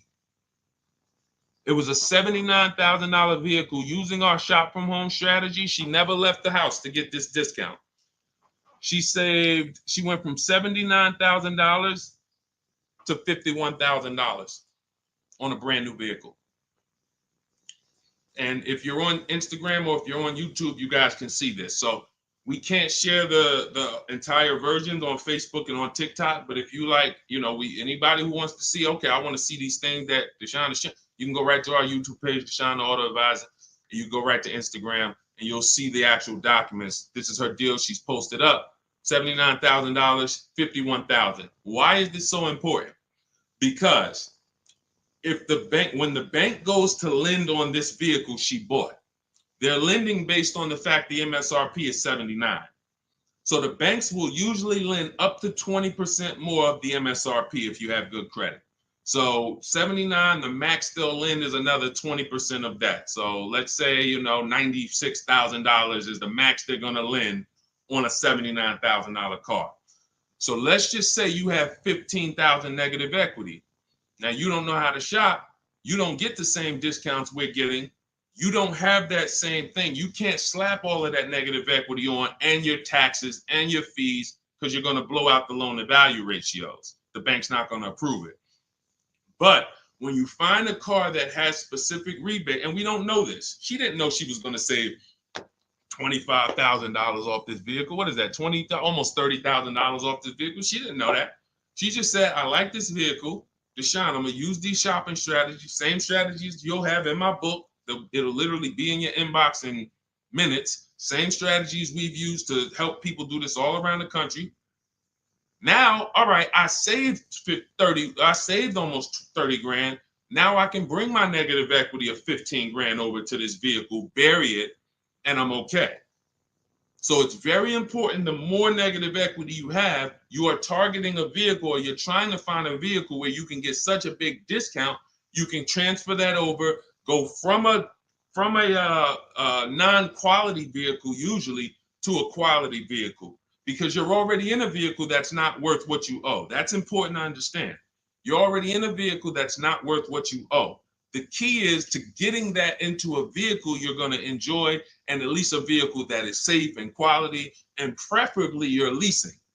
Because the great thing about transferring negative equity to a lease is once that lease is up in 3 years or 39 months, the negative equity is gone. When you transfer that over to a finance, another 5 or 6 year finance, you're bringing the negative equity over, stretching it out for 5 or 6 years and putting interest on top of it. That's why I don't ever recommend go from a finance negative equity deal to another finance negative equity deal, because you're usually a short-term person anyway. You should be leasing cars. So this is the strategies for getting out of negative equity. Now you can literally go into a dealer. See, watch this. That's a below market strategy for negative equity. What I just talked to you about is what the people who are actually financially wise do and think about. Now you could say, well, I'm just going to go into the dealer and say, hey, I want to get out of this car. Perfect. They'll transfer you out of that. They'll go in and say, all right, we got it. Here's your payment. We put you on a 4-year lease, or here's your payment. We got you in a 6-year, 7-year finance. But you'll never know the discount you're getting because you don't care. Your whole thing is, I don't really want to unlearn what I've been taught and programmed to do. But if you want to say, I want to make the best deal possible and I want to stop making these mistakes that's getting me into these bad deals, I've never had to come and deal with 5, 6 grand, 2 grand of negative equity. It's never happened to me. But there are people, you might be one of them, who every deal you make, it's a negative equity situation. It's a negative equity situation. That's because you haven't learned how to structure your deals correctly. And those are the things that I want you to unlearn so that you can have empowered car buying, be making deals you feel great about, posting your numbers just like Milligan did, and saying, hey, check out the deal I made. Not just check out the car I got, check out the deal that I made. Okay? So that's what you need to understand. And if you can't, and that's how you can transfer out of negative equity, whether you have 10 grand negative equity, 5, 15, those are your options. And that's how we work it. All of this, guys, is in my new digital book. If you're enjoying what you're hearing so far, could you hit the like button? Hit the like button if you're just enjoying what you're hearing so far. I see y'all are running the likes up on TikTok. I appreciate it. As y'all keep tapping the screen, every time you're like, man, you know what? This is good information. Just hit the like button, start tapping the screen. It means a lot. And again, it shows these social media platforms that they need to get more people over here. Okay? So go ahead, Dolan, shoot the next question up. Keep typing your questions, y'all. We are going to try to get through as many as we can. I see you, Patrice Darden. I see you, Mr. Living Right. I see you, Letitia Cook. Good to see everybody tapping in. What's up, Mex? I see you, Kiki. We're live on 2 TikTok channels too. We're on 2 TikTok channels today. All right, now Roby asks, what's the fastest way to sell a lease? I'm over by 18,000 in miles and have 19 payments left. Okay, here's what I'm gonna give you. I'm gonna give you, this is, now, who has a lease right now that they're pacing to go over their mileage? They're pacing to go over their mileage. Who has a lease right now? You haven't gone over yet, but you're pacing because you're not over until the end of the lease. If you tell the leasing company you're going to drive 12,000 miles per year, then they want the car back with 36,000 miles on it. If you sign for 15,000 miles per year, then they want the car back with 45,000 miles in 3 years.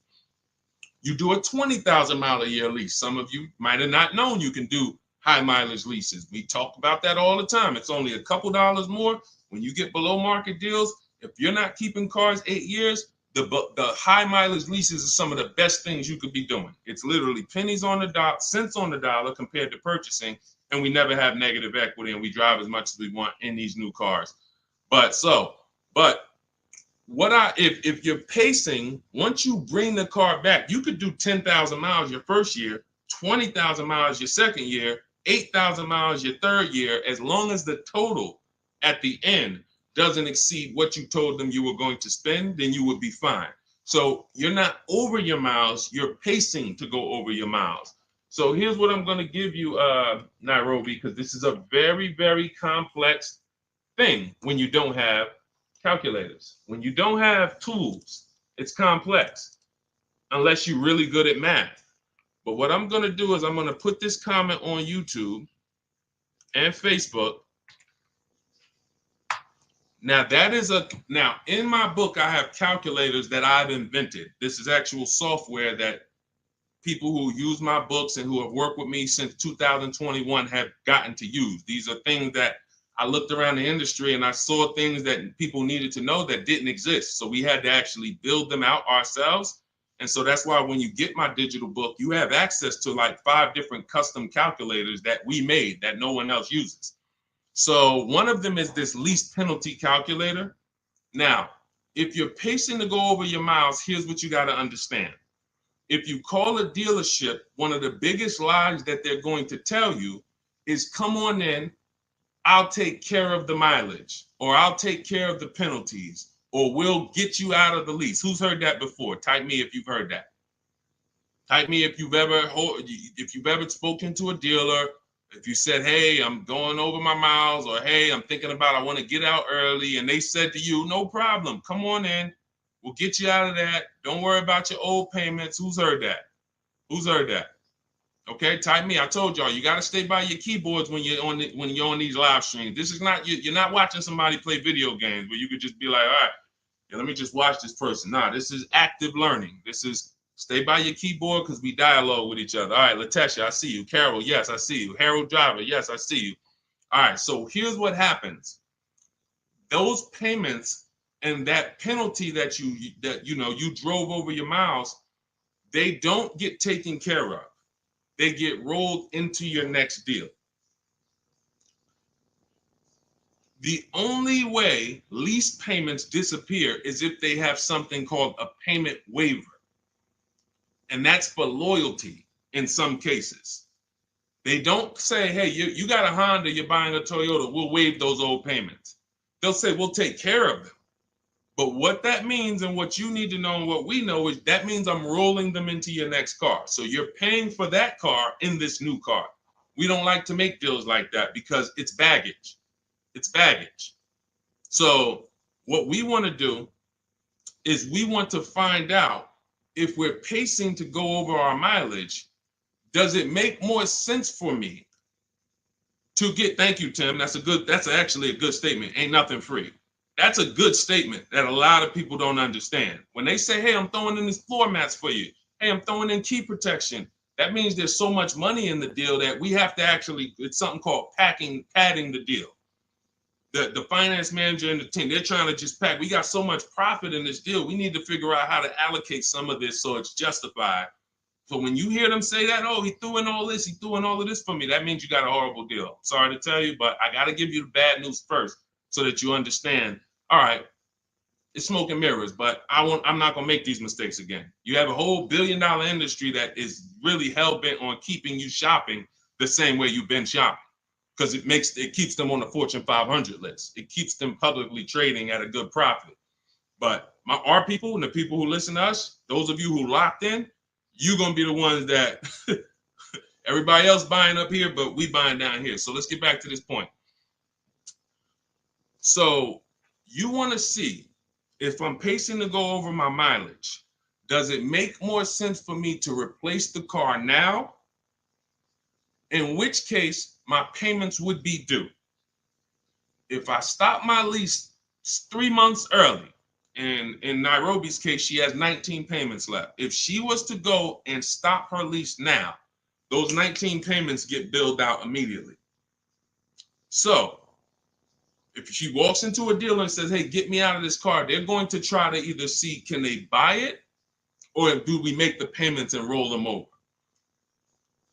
What happens most of the time, and it's usually a better situation, guys, is you would use that lease penalty calculator, you put in how many miles you're driving per month, and it's going to tell you, if you go all the way to the end, this is how much your mileage penalty would be. I had somebody who I work with use that calculator.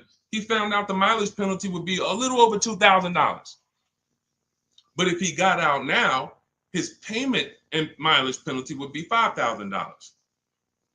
See, first thing we want to do when we find out we're going over mileage is, let me try to get out of this car. Oh, you don't realize that that's a bigger penalty you're paying, breaking the lease early, versus go to mileage, and then you find yourself a below market deal. You get yourself a deal like this.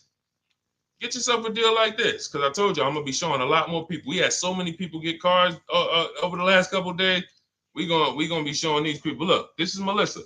Melissa got a 2025 Honda Pilot EXL.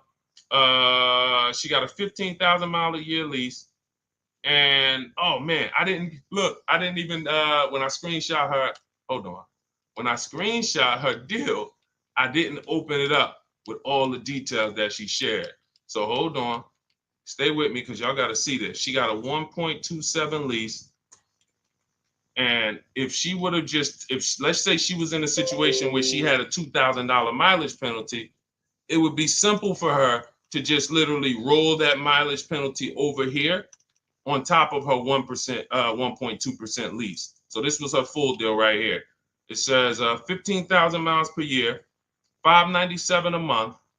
And look, she sold her old car because she was used to financing.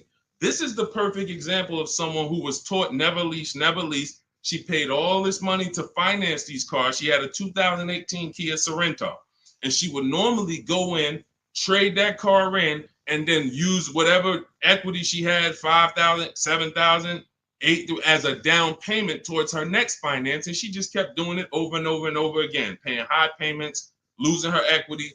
So she discovers me. She finds out she's not keeping cars 8 years. She's like, all right, if I'm not keeping cars 8 years, I'm not breaking Deshone's 8-year rule. I'm going to shop for a lease. So now she shops for her lease. She gets the same car she would have gotten and paid tons of money for, $800-900 a month for, because she was financing it. But now she actually she financed, she gets her new lease, $597 a month. And look, she did her offers, the 6 offers I told y'all to do, 10 minutes ago, $12,000 in equity. So she goes in, she gets the new car, no money down, $597, drives off in a brand new $50,000 vehicle. Then she gets a check and she puts it in her bank for $12,000. It's the way the money moves. If you understand what I'm saying, if you're starting to, even if you don't get it all, if you're starting to understand type of dollar sign, it's the way the money moves. This is already a woman who likes driving newer cars. It's obvious. She has a 2018. She's going to upgrade it. So she would normally just go trade it in, finance another car, keep it another 5-6 years, trade it in, finance another car. It costs big money to finance these cars. It costs huge money. So now what she did is she said, okay, I drive 15,000 miles a year. I'm just going to get a 15,000 mile a year lease. If she would have got a 12,000, payment would have been $25 less. If she needed 18,000 like Jen, look at Jen's deal. Jen needed 18,000. Where's Jen? Here she is. Look, she says $512 a month. She got a CRV hybrid, and some of these vehicles are very in demand. So when you see vehicles that are closer to the 1% leases, these are vehicles that have bigger rebates, more support behind them. And sometimes you see vehicles that are 1.2, 1.3. They have a little less support from the manufacturer, but you still need to shop to get great lease deals because most people are paying, either huge down payments or then, they're paying over 1.5%. Again, let's stay on topic though. If you look at Jen, she said my payment was $512. I bumped it up because I wanted 18,000 miles a year to $563. Look, she shopped the payment. She shopped her deal from home the way we teach. She got 25 dealers to get involved online, never talked to them, got bids, used my email scripts, and she said, okay, my best deal for 12,000 miles is $512 a month. All right, now bump me up to 18,000. So she's getting, a lot of people would have just signed the 12,000 and then been talking about penalties that they're paying because they didn't get what they need. We teach something called choosing your mileage wisely. She paid $40-50 a month and she can drive her 18,000 miles a year, take her trips, do her crossroads, go see her kids in college and not have to worry about anything for $40-something more a month. It's the pennies. That's called being penny wise. Some people will be penny, that's called being dollar wise. Some people will be penny wise. It's called penny wise, dollar foolish. You have to get the mileage you need on a lease. And if you choose your mileage wrong, don't blame the lease. The lease is not a real person. The lease only goes what you put in. If you tell them, work me a lease payment with no money down, that's how they're going to customize it. If you say put the taxes and fees in the payment and give me offers, that's how they're going to customize it. You might have to tell them 2 or 3 times because they're so used to just telling people, hey, we need $5,000 down. So you might have to tell them that, but the lease is based on you. If you say, hey, I need 25,000 miles a year to drive, that's what they're going to quote you. That's what they're going to customize. So we always shop with 12 and then we adjust our mileage later. But that's what you need to see, Nairobi. So you're going to see, use that calculator I put the link for. It'll tell you whether it makes sense to get out now, later, or at the end. But the last thing I want you to compare that to is the equity assessment. I want you to go to CarMax, go to Driveway, go to Carvana, go to KBB Instant Cash Offer, go to Driveway, go to AutoNation, go to Car Gurus, get those 6 cash offers because you may be able to sell your car. And in which case, if you sell your car, all is forgiven. If you sell your car, there's no penalties, there's no nothing because you're actually transferring the title and the buyer is paying the company off. So do that equity assessment.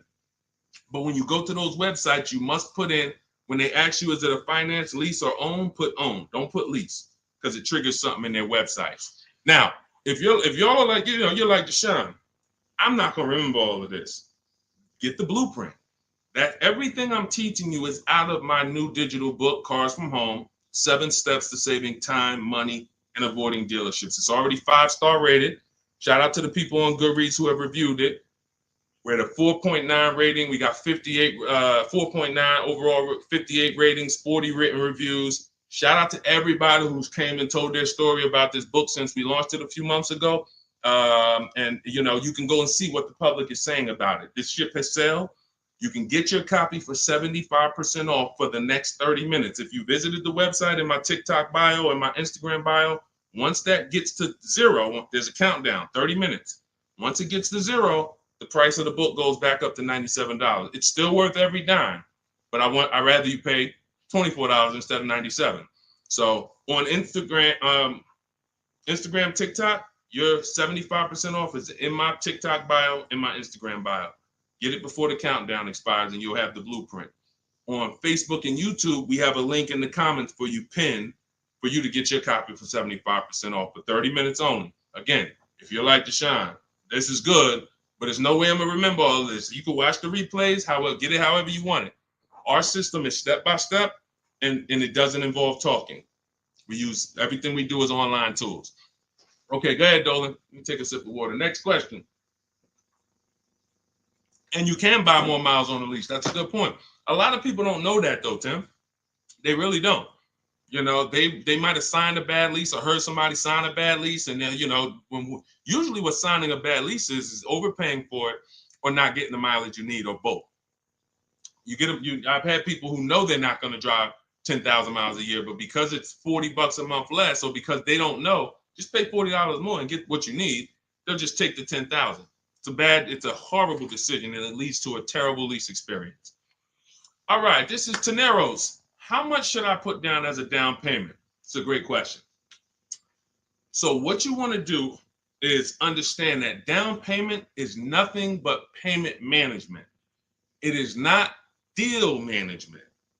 You don't want to fool yourself into thinking that because you got a good payment, you got a good deal. That's what down payments typically can do to a person who's not really good with math. You'll say, all right, I need to get my payment to 400. Now you're looking at a car you like, and you're like, I need to get my payment to 400. Now they tell you, okay, well, you end up putting $10,000 down and your payment's 400, and you think, okay, I got a deal. I'm at my payment. You didn't. You are doing one of the cardinal sins that we don't do here at Cars from Home. You're mixing transactions together. What does that mean? Almost everybody who's financially savvy when it comes to cars is going to separate their loan from the purchase price of the car. These two things are unrelated. You shop for the price of the car separate from the monthly payments. Because when you separate, you realize one thing. When most people are giving car dealers 3 transactions and not realizing it, they're buying a car from them. That's one transaction. They're giving their loan to them, or they're letting the dealer get them a loan. That's another transaction. And then they're trading in their car to them. That's a third transaction. So a person looks at it as one. I just made a deal with a dealership. No, you just actually did 3 transactions in one. And what happens, the reason why that's so bad is because you can't bid any of them out. In order to make sure you got a great deal, you need a great deal on each of those 3.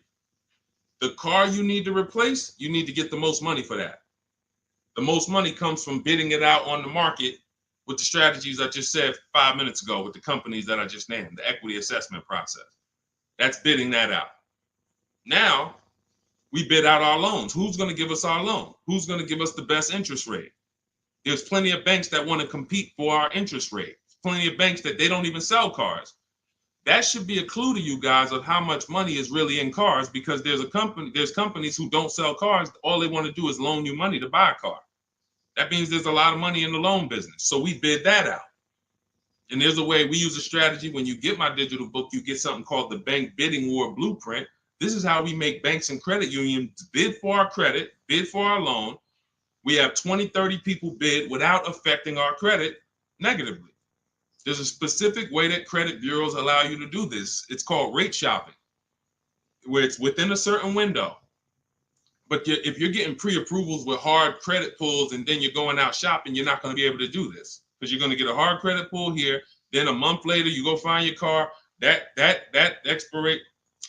pre-approval expires. Now you got to do another hard credit pull. You already hit your credit twice, and you're outside of the rate window. It's just what most people are doing. And that's why when you get a pre-approval, most people become scared to shop now, because they don't want to let anyone else run their credit. So you're limiting yourself. But the Bank Bidding War shows you how to have unlimited people bid for your interest, and we do that after we find our car. But the third transaction is when we're going to buy a car now. The car we're buying, we're going to shop the used car market, look at all the marketplaces. I have a strategy I call the multiple marketplace strategy, where we're looking at all these websites like Amazon. I mean, we're shopping like we're shopping for a TV on Amazon, Walmart, BestBuy.com, but except we're on these car websites. Now we're narrowing it down, narrowing all the inventory down to the top 5 choices, and we're narrowing it down based on title, service records, accident history. We're verifying there's no bogus fees, and then we come up with our top 3 after we get the new car price of these vehicles. This is all, again, step by step. And some of you, you're like, this should be expected. This is what car shopping should be like. Car shopping is not like buying a TV. It's closer to buying a house. So although we do this in 2 hours, if you follow my strategy, you can get deals in 2 hours. Without these things, you're now winging the process. But first things first, when you determine, when you add to this question was about how much money should I be putting down? When we separate our transactions, now what we've done is we went out and we found the car we want at a below market price. Now we go to our lenders and we start the bidding process and we say, okay, who's going to give me the best interest rate? And whoever gets me the best interest rate, now I put it together with the car that I have on hold. And I say, okay, what's my car payment now? And they may say, okay, well, if you finance the whole thing, your car payment's, $580. Now you might say, okay, I think I want to be at like $499. How much do I need down? Well, about $3,000. Okay, perfect. That's between you and the lender. It's not between you and the dealer. You're not, see, in that case, now you have the best price on the car waiting for you because you got bids on that. You got the best loan because you got bids on it. And now your down payment is actually going off the principal of the car, not it's going to pad the deal and the profit from the dealer. If you got that, type $sign. If you got that on TikTok, just start double tapping the screen, running the like sign. That is why it's important. We call that the 3 pillars of great car deals. You'll have to see these 3 pillars separately. Who I sell my car to, I'm bidding that out. Who I get my loan from, bidding that out. Who I buy my car from, bidding that out. And that allows you to sit at your computer and make all the money on your car deal and have these deals that, all of these people are making these deals at home. Look, this is India. She said she started using my strategies last year, but she shopped the market at the time. She was shopping for a Toyota Corolla, and she did not like the offers at the time. That's the benefit of starting these strategies way before you need a car. Look, we got people who get cars in 3-4 days, but when you have time, you can shop the market. She didn't like how the offers looked, and she waited. She said the best of all my offers were over 1.5% with no money, with no one budging on my counter offers. Fast forward 2024, I had to find a car in 2 weeks, so I got to work. In about 5 days, I walked out with a 2024 Hyundai Elantra Limited, $36,000 for 36 months, $12K, $365 a month, no money down. Boom, $365 a month, no money down. The MSRP was $28,725, making it a 1.27 deal. People would kill right now to be able to buy a car, drive a brand new, dependable car, fully warranted car, shop from home, never had to be stressed out in a dealership, begging for discounts. She's sitting at home and she drives off at $365 a month, brand new car, no money down. This is what it's about, people. It's about learning the strategy so that you keep the most money in your household.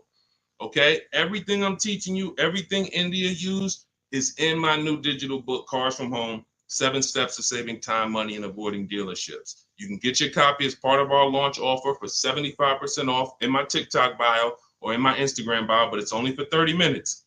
After 30 minutes, the price goes back up to the $97 price, which is still great. If you missed it, and you're like, Deshone, I missed it, but I need these strategies. Listen, it's $70-something more. And the strategies you're going to use to save we can't even quantify it. We showed you earlier, somebody saved 25 grand off their price, almost 30 grand off her Mercedes. You've seen discounts of 6,000-7,000. You've seen ridiculous pay. It doesn't matter. The value you're going to get far outweighs the cost. And here's one thing. Financially wise people look at value. Financially foolish people look at cost. Let that sink in. Okay, those of you on YouTube and Facebook, I have a comment below for you. We have a comment pinned. You can hit the link below. You'll see the 75% off. Now, make sure when you get your book at the 75% off, if you get there before the 30 minutes is up, make sure as soon as you purchase, it says screenshot the thank you page. You'll see I put on that page, your book is below. You can click it to open it immediately, save it to your phone, save it to your computer, and I also email you a copy. But I want you to screenshot that page so you can have my support team's email. Every now and then we get people that typing so fast, you actually type your email in wrong. and then you didn't save the book right there on the thank you page. So now, how am I getting my book? You got the support team email. They're 7 days a week. Email, hey, I think I might have typed something wrong. I don't see my book. It's not in my spam folder. Get my team so we can get you the book immediately. So you can have these strategies, protect your family's money, shop with confidence, enjoy car shopping. I enjoy shopping. These people are like, enjoy. Look at what Adina said. Look at what Adina said at the end. She said, thanks to Sean. Hold on. Thanks to Sean for making the car buying process easy. And I want to upload this because it got cut off too. So I'm going to upload this. Thank you for making the car buying process easy. I want you enjoying car shopping. You're about to spend a ton of money. Why should you dread? Look what she said. Last sentence. If you're on Instagram or if you're on YouTube, you can see it. So, all right, Dolan, next question. Let's fly through a couple more. We still got some more time. Come on, y'all, keep typing. Lalia, yes, we send emails out all the time. In fact, everyone who had the book, I literally sent a new copy out to everybody on our list. It was like 9,000 people, maybe a month ago. So, like, go through your email, check your emails from me, because we do that every now and then. Like, we'll literally just update the book and blast the new copy out to everybody who bought one. So check your email, check your spam. You know, I've sent you that book. If you purchased it last year, you've gotten the new book probably at least 2 times, 3 times. We've updated it and sent it out to everybody. Okay, Kevy Kev, good to see you. What are the basic pros and cons of leasing? I know nothing about it, but my husband's considering it. Good question. Let's talk about the cons of leasing first, because I speak a lot about the benefits. The cons of leasing are you always have a payment. Now, some people who buy cars and they always trade them in as soon as they pay them off, or they trade them in before they paid off, they replace them before they paid off. Like, you know, we had the young lady earlier on the stream. She said, I still owe $18,000. I'm about to go and buy another vehicle. So she's always used to a payment anyway. So that's a con. You're always going to have a payment. Another con is you can't beat the car up and not realize the losses. Now, let me be clear on this. People think when they own a car, they can do anything they want to it and not realize the losses. But I want to be clear. If you follow me, let's say a person buys a car, you own it, you put a lift on it, a big exhaust system, one of the big, the joint is loud. You customize that car. Did you raise the value or lower the value of the car? Type it in. Did you raise the value or lower the car? If a person does all of that stuff, customizes the car, did they raise the value or lower it? Thank you, Cam Newton. Lowered it. So let's say a person was going to sell a car, and somebody looked at it and said, hey, how much is you going to pay? You know, they're going to pay $20,000 to buy your car. Now, you're like, okay, perfect. Now you go and you do all of this stuff to it, put the engine, put the exhaust on it, boom. You come back 2 days later, and you're like, hey, yeah, I want to sell you the car for $20,000. Now, they hear that new exhaust. They hear all that stuff you put on. They're like, nah, I can't give you $20,000 for that. And that thing probably worth $16,000 now. I don't know. What'd you do to it? So I'm trying to get you to see what I call the unseen expense. This is depreciation. Everything we talk about when we talk about leasing versus buying, we're taking into account how we're going to avoid major depreciation. But people who purchase don't often think that they don't actually understand that whatever they do to that car, if they drive 40,000 miles on it, they just lost money. If my car was worth 20 today and then I drive 30,000 miles this year, that car is going to be worth 10. I'm destroying the value. So you pay for it either way. So when I say that one of the cons of leasing is that you can't do anything you want to the car, well, you can't without paying for it, but you also can't when you own it without paying for it. But if you do that, you have to restore it to its original condition. Now, another con of leasing is you have to be able to estimate around about how much you're going to drive. So people who are like doing Uber or something, you don't know how much you're going to drive. There's a reason I don't tell business people who do those types of businesses to lease, even though they're not keeping their cars a long time. there's a better structure for you guys. Leasing is not it, because you don't know how much you're going to drive. If you have a good year, you might do 40,000 miles. If you have a bad year or a rough year, you might do 20 or 18,000 miles. So you can't predict it. So with leasing, you have to have an enjoyable leasing experience. You have to have some type of an idea when you're going to, how much you're going to drive. Now, one of the biggest cons to leasing is you can overpay by a lot because it's not transparent. It's not transparent. Could everybody who shares, there are a couple people on here, you always share the broadcast. I appreciate you. We need you. Can you hit the share button, hit that arrow, hit that paper plane, and tag one friend in, just in case they might be going to the dealership tomorrow. We need to make sure that they have what they need to win. So shout out to the sharers. We can't do this without you. Now, when you consider that you can overpay, see, when you get a purchase deal, everything goes on that receipt, the buyer's order. You can plug that into a calculator and you can match those numbers up. You might not be used to doing it, but that bottom line price, you can plug that right into a basic auto loan calculator on hundreds of websites, and you can make sure that your payment matches. You can't do that with a lease. There's all types of potential to hide money in leases. You can hide money in the interest rate. You can hide in the money factor, because you can't use your own financing with a lease. You have to use whatever bank or leasing company the dealership who's running the promotion is using. So that gives us potential to be overcharged for our money factor or our interest rate. There could be rebates on that vehicle, $2,000, $5,000 rebates. Look, when Sean was shopping for his F-150, some of you have seen it. It was a $15,000 rebate, $15,500. He wouldn't have known about that if a dealer's not going to come in and tell him, hey, it's $15,500 rebate on this. No, some dealers might say nothing. They won't even mention it. They'll just try to negotiate. Hey, how much could you, they hoping you say something like this. Can you get me the invoice price? Can you get me to the invoice price? If I could get you the invoice price, can we make a deal today?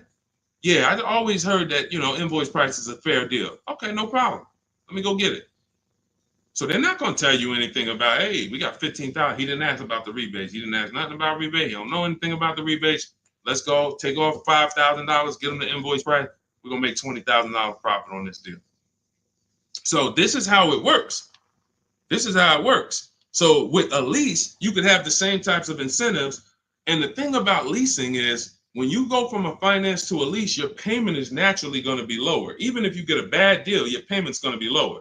If you're used to buying $50,000 cars and paying $900 or $1,000 a month and putting 10 grand down, that same $50,000 car is going to lease out for like $800 with a bad deal. So people will walk in and think they won. Oh man, it's lower. It's lower than when I used to buy these.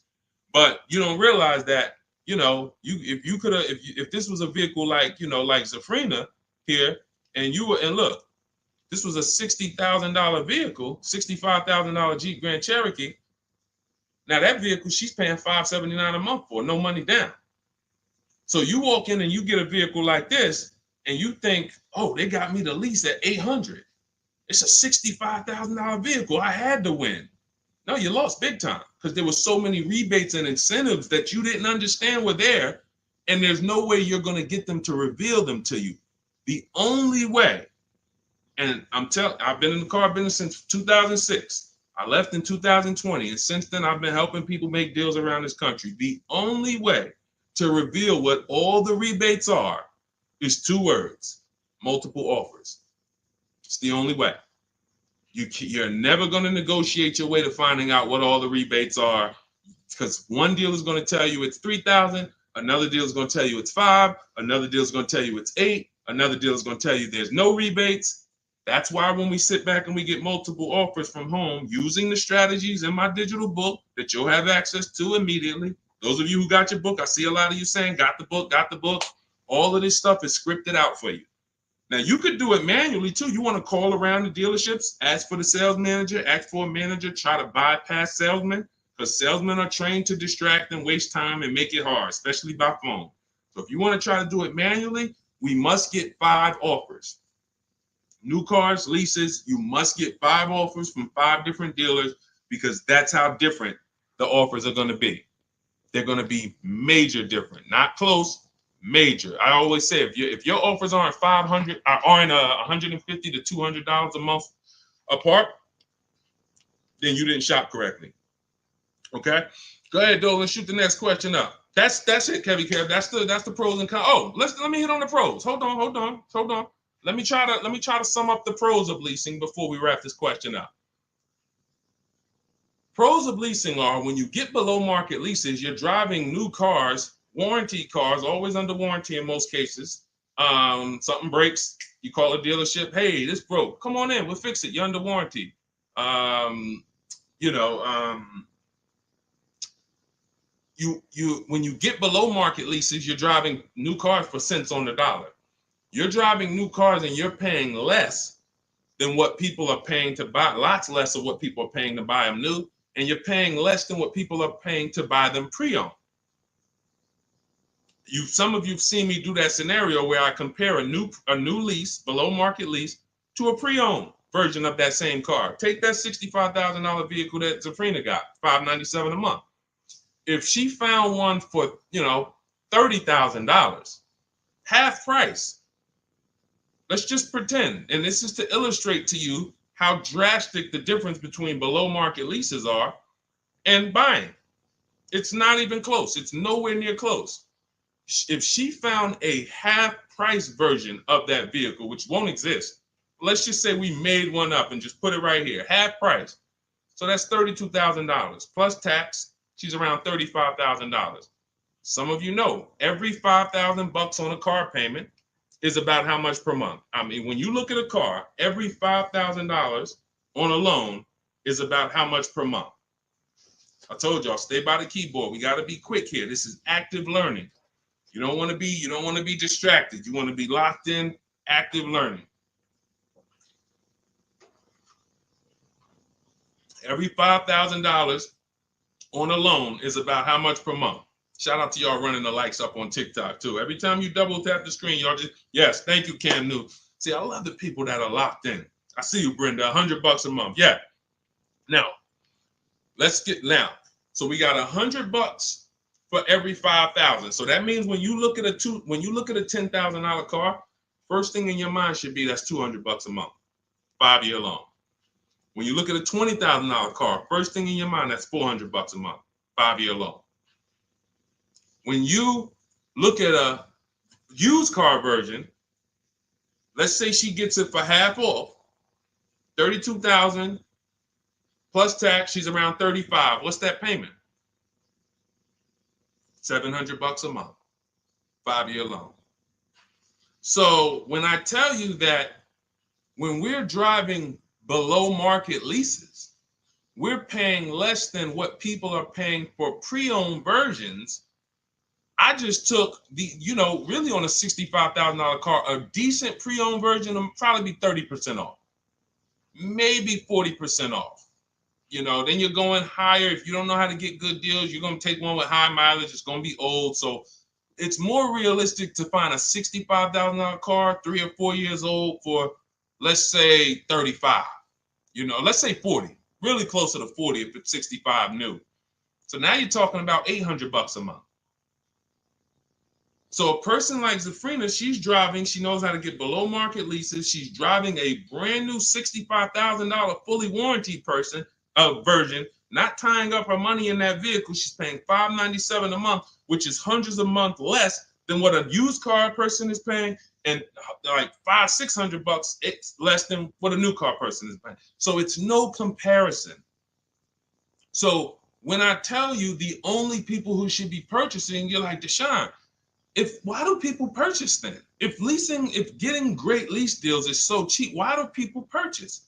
Well, one, everyone doesn't know how to get below market leases. So they'll look at commercials and they'll think, oh, well, this says I got to give them $5,000 down plus tax and all that. That's not deals. That's above market value or market value. We don't pay those prices.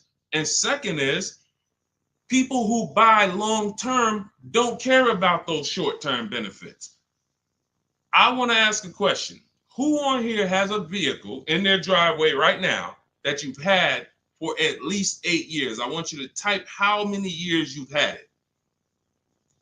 Let me know how many. I see you, Sharon. Congratulations. Use it and win.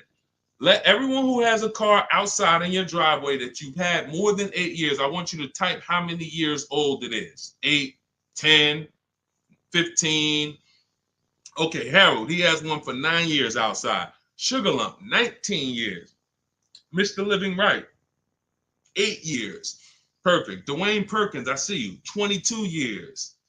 Look, Julia Murray, 16 years. Look, Brenda, 8 years.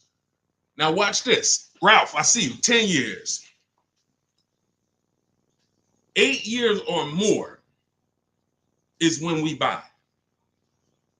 These people won.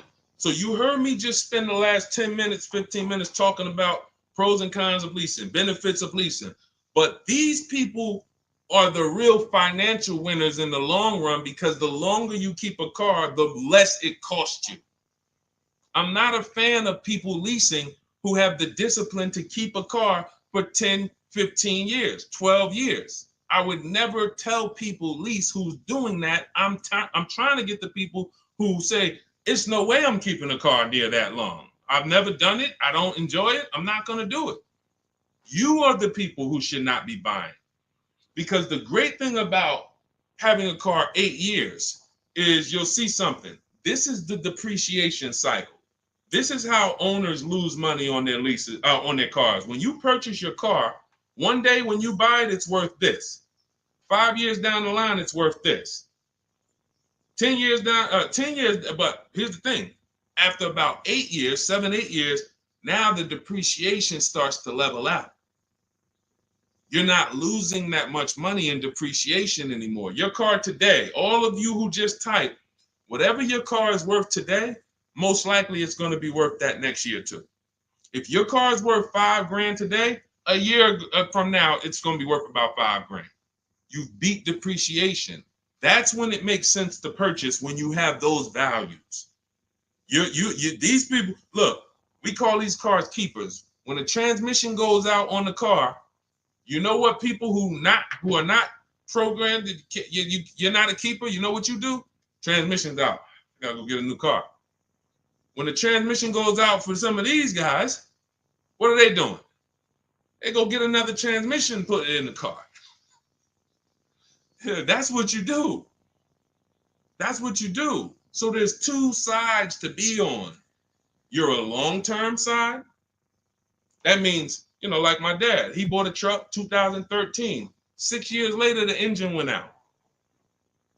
He got a used motor, put it in there. He's still driving it. He's about to sell it for a couple $1,000s now. He's had that car for over 10 years.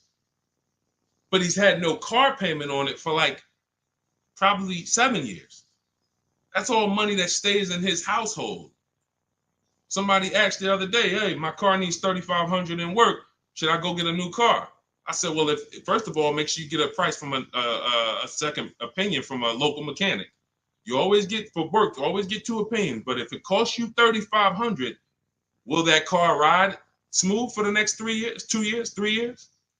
If the answer is yes, you need to understand something. If you go get another car to replace that car, it's going to cost you a minimum of $3,500 a year, and most likely more than that, $6,000, $7,000 a year coming out of your household. So do you want $3,500 one time and now I got no car payment, I keep my bills low? Or do you want to go get a new car payment that's $400 a month? Now what is that? $400 a month times 12, that's $4,800 a year for the next 5 years or whatever.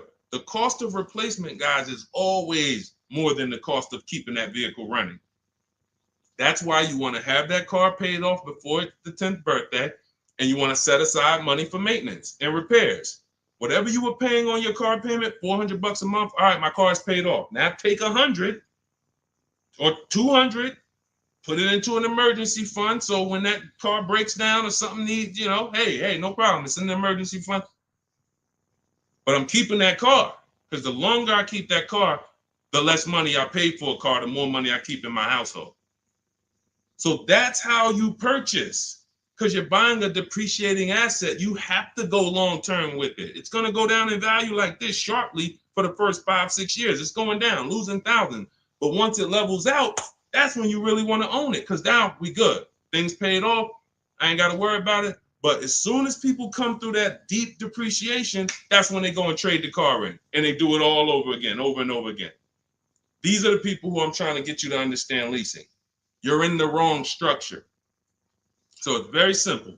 You're not keeping your next car 8 years, you should be leasing, shopping for below market leases. You're keeping your next car at least 8 years, you're shopping for a below market purchase.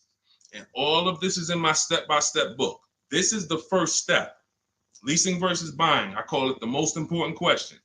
We got to put your deal on the right foundation, and then we go get a below market deal. So for everything I'm teaching right now is out of my new digital book. You can grab your copy for 75% off. It's normally $97. If you want the entire blueprint, and you guys see the comments, you see the comments people making, man, get the book. Get the book. You see it. So you can go to, thank God we have approaching 10,000 people who have the book. Thank God. We are getting this in a lot of people's hands. People love the welcome offer. And the same people who are using it would look back and say, Deshone, I would have paid the $97 knowing what I know now and what I'm seeing in this book. But to get it at 75% off, $25, even more value. But it's only for 30 minutes. In my TikTok bio, in my Instagram bio, click that link that says 75% off. In my YouTube comments or Facebook comments, we have a comment pinned for you for your 75% off. But once that timer hits zero, guys, it does go back up to $97, which is the normal price. And it's worth every dime at $97.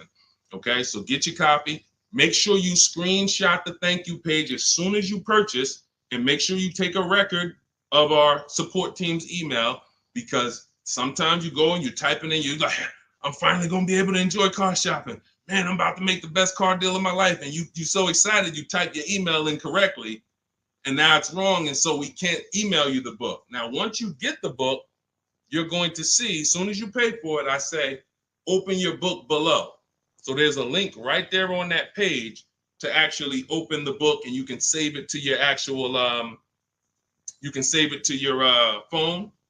But I email you a copy too. And sometimes if your email's wrong, you're not going to get that email. So make sure you screenshot that page. It has my support team's email, or look at it right here. Look at it on the screen. Get the support team just in case.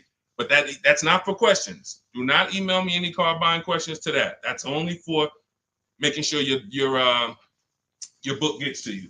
Okay? So I want you empowered. I want you making the best deals you've ever made. I'm just going to show a bunch of more people before we rock out. I didn't get a chance to get to everybody's deals that has sent me a deal in the last couple of days. I didn't get a chance. Ansley got his second vehicle. He said 2 down, 1 more to go for the year. He got this BMW truck. We showed Melissa. We didn't show American Senior Benefits. You guys can read this if you're on Instagram, on YouTube. You can pause that. But we'll go more detail on the second stream. Keep sending me your deals, because I told y'all I was going to bring them onto the show. And after you make your deals, email me. I want you guys proud of the deals you're making. I want you excited, not just about the car. Everybody gets excited about posting their cars. Everybody. You'll see that all through any social media platform. People get a new car, they want to take pictures of it, but they'll never show you the numbers. And you may have been this way, because secretly they're ashamed. The last thing they want is somebody who understands the numbers to look at that deal and be like, hey, did you see this? What's the $4,000 here? Did you see? How many offers did you get on this vehicle before you paid this price? Oh, no, I just thought they don't want that.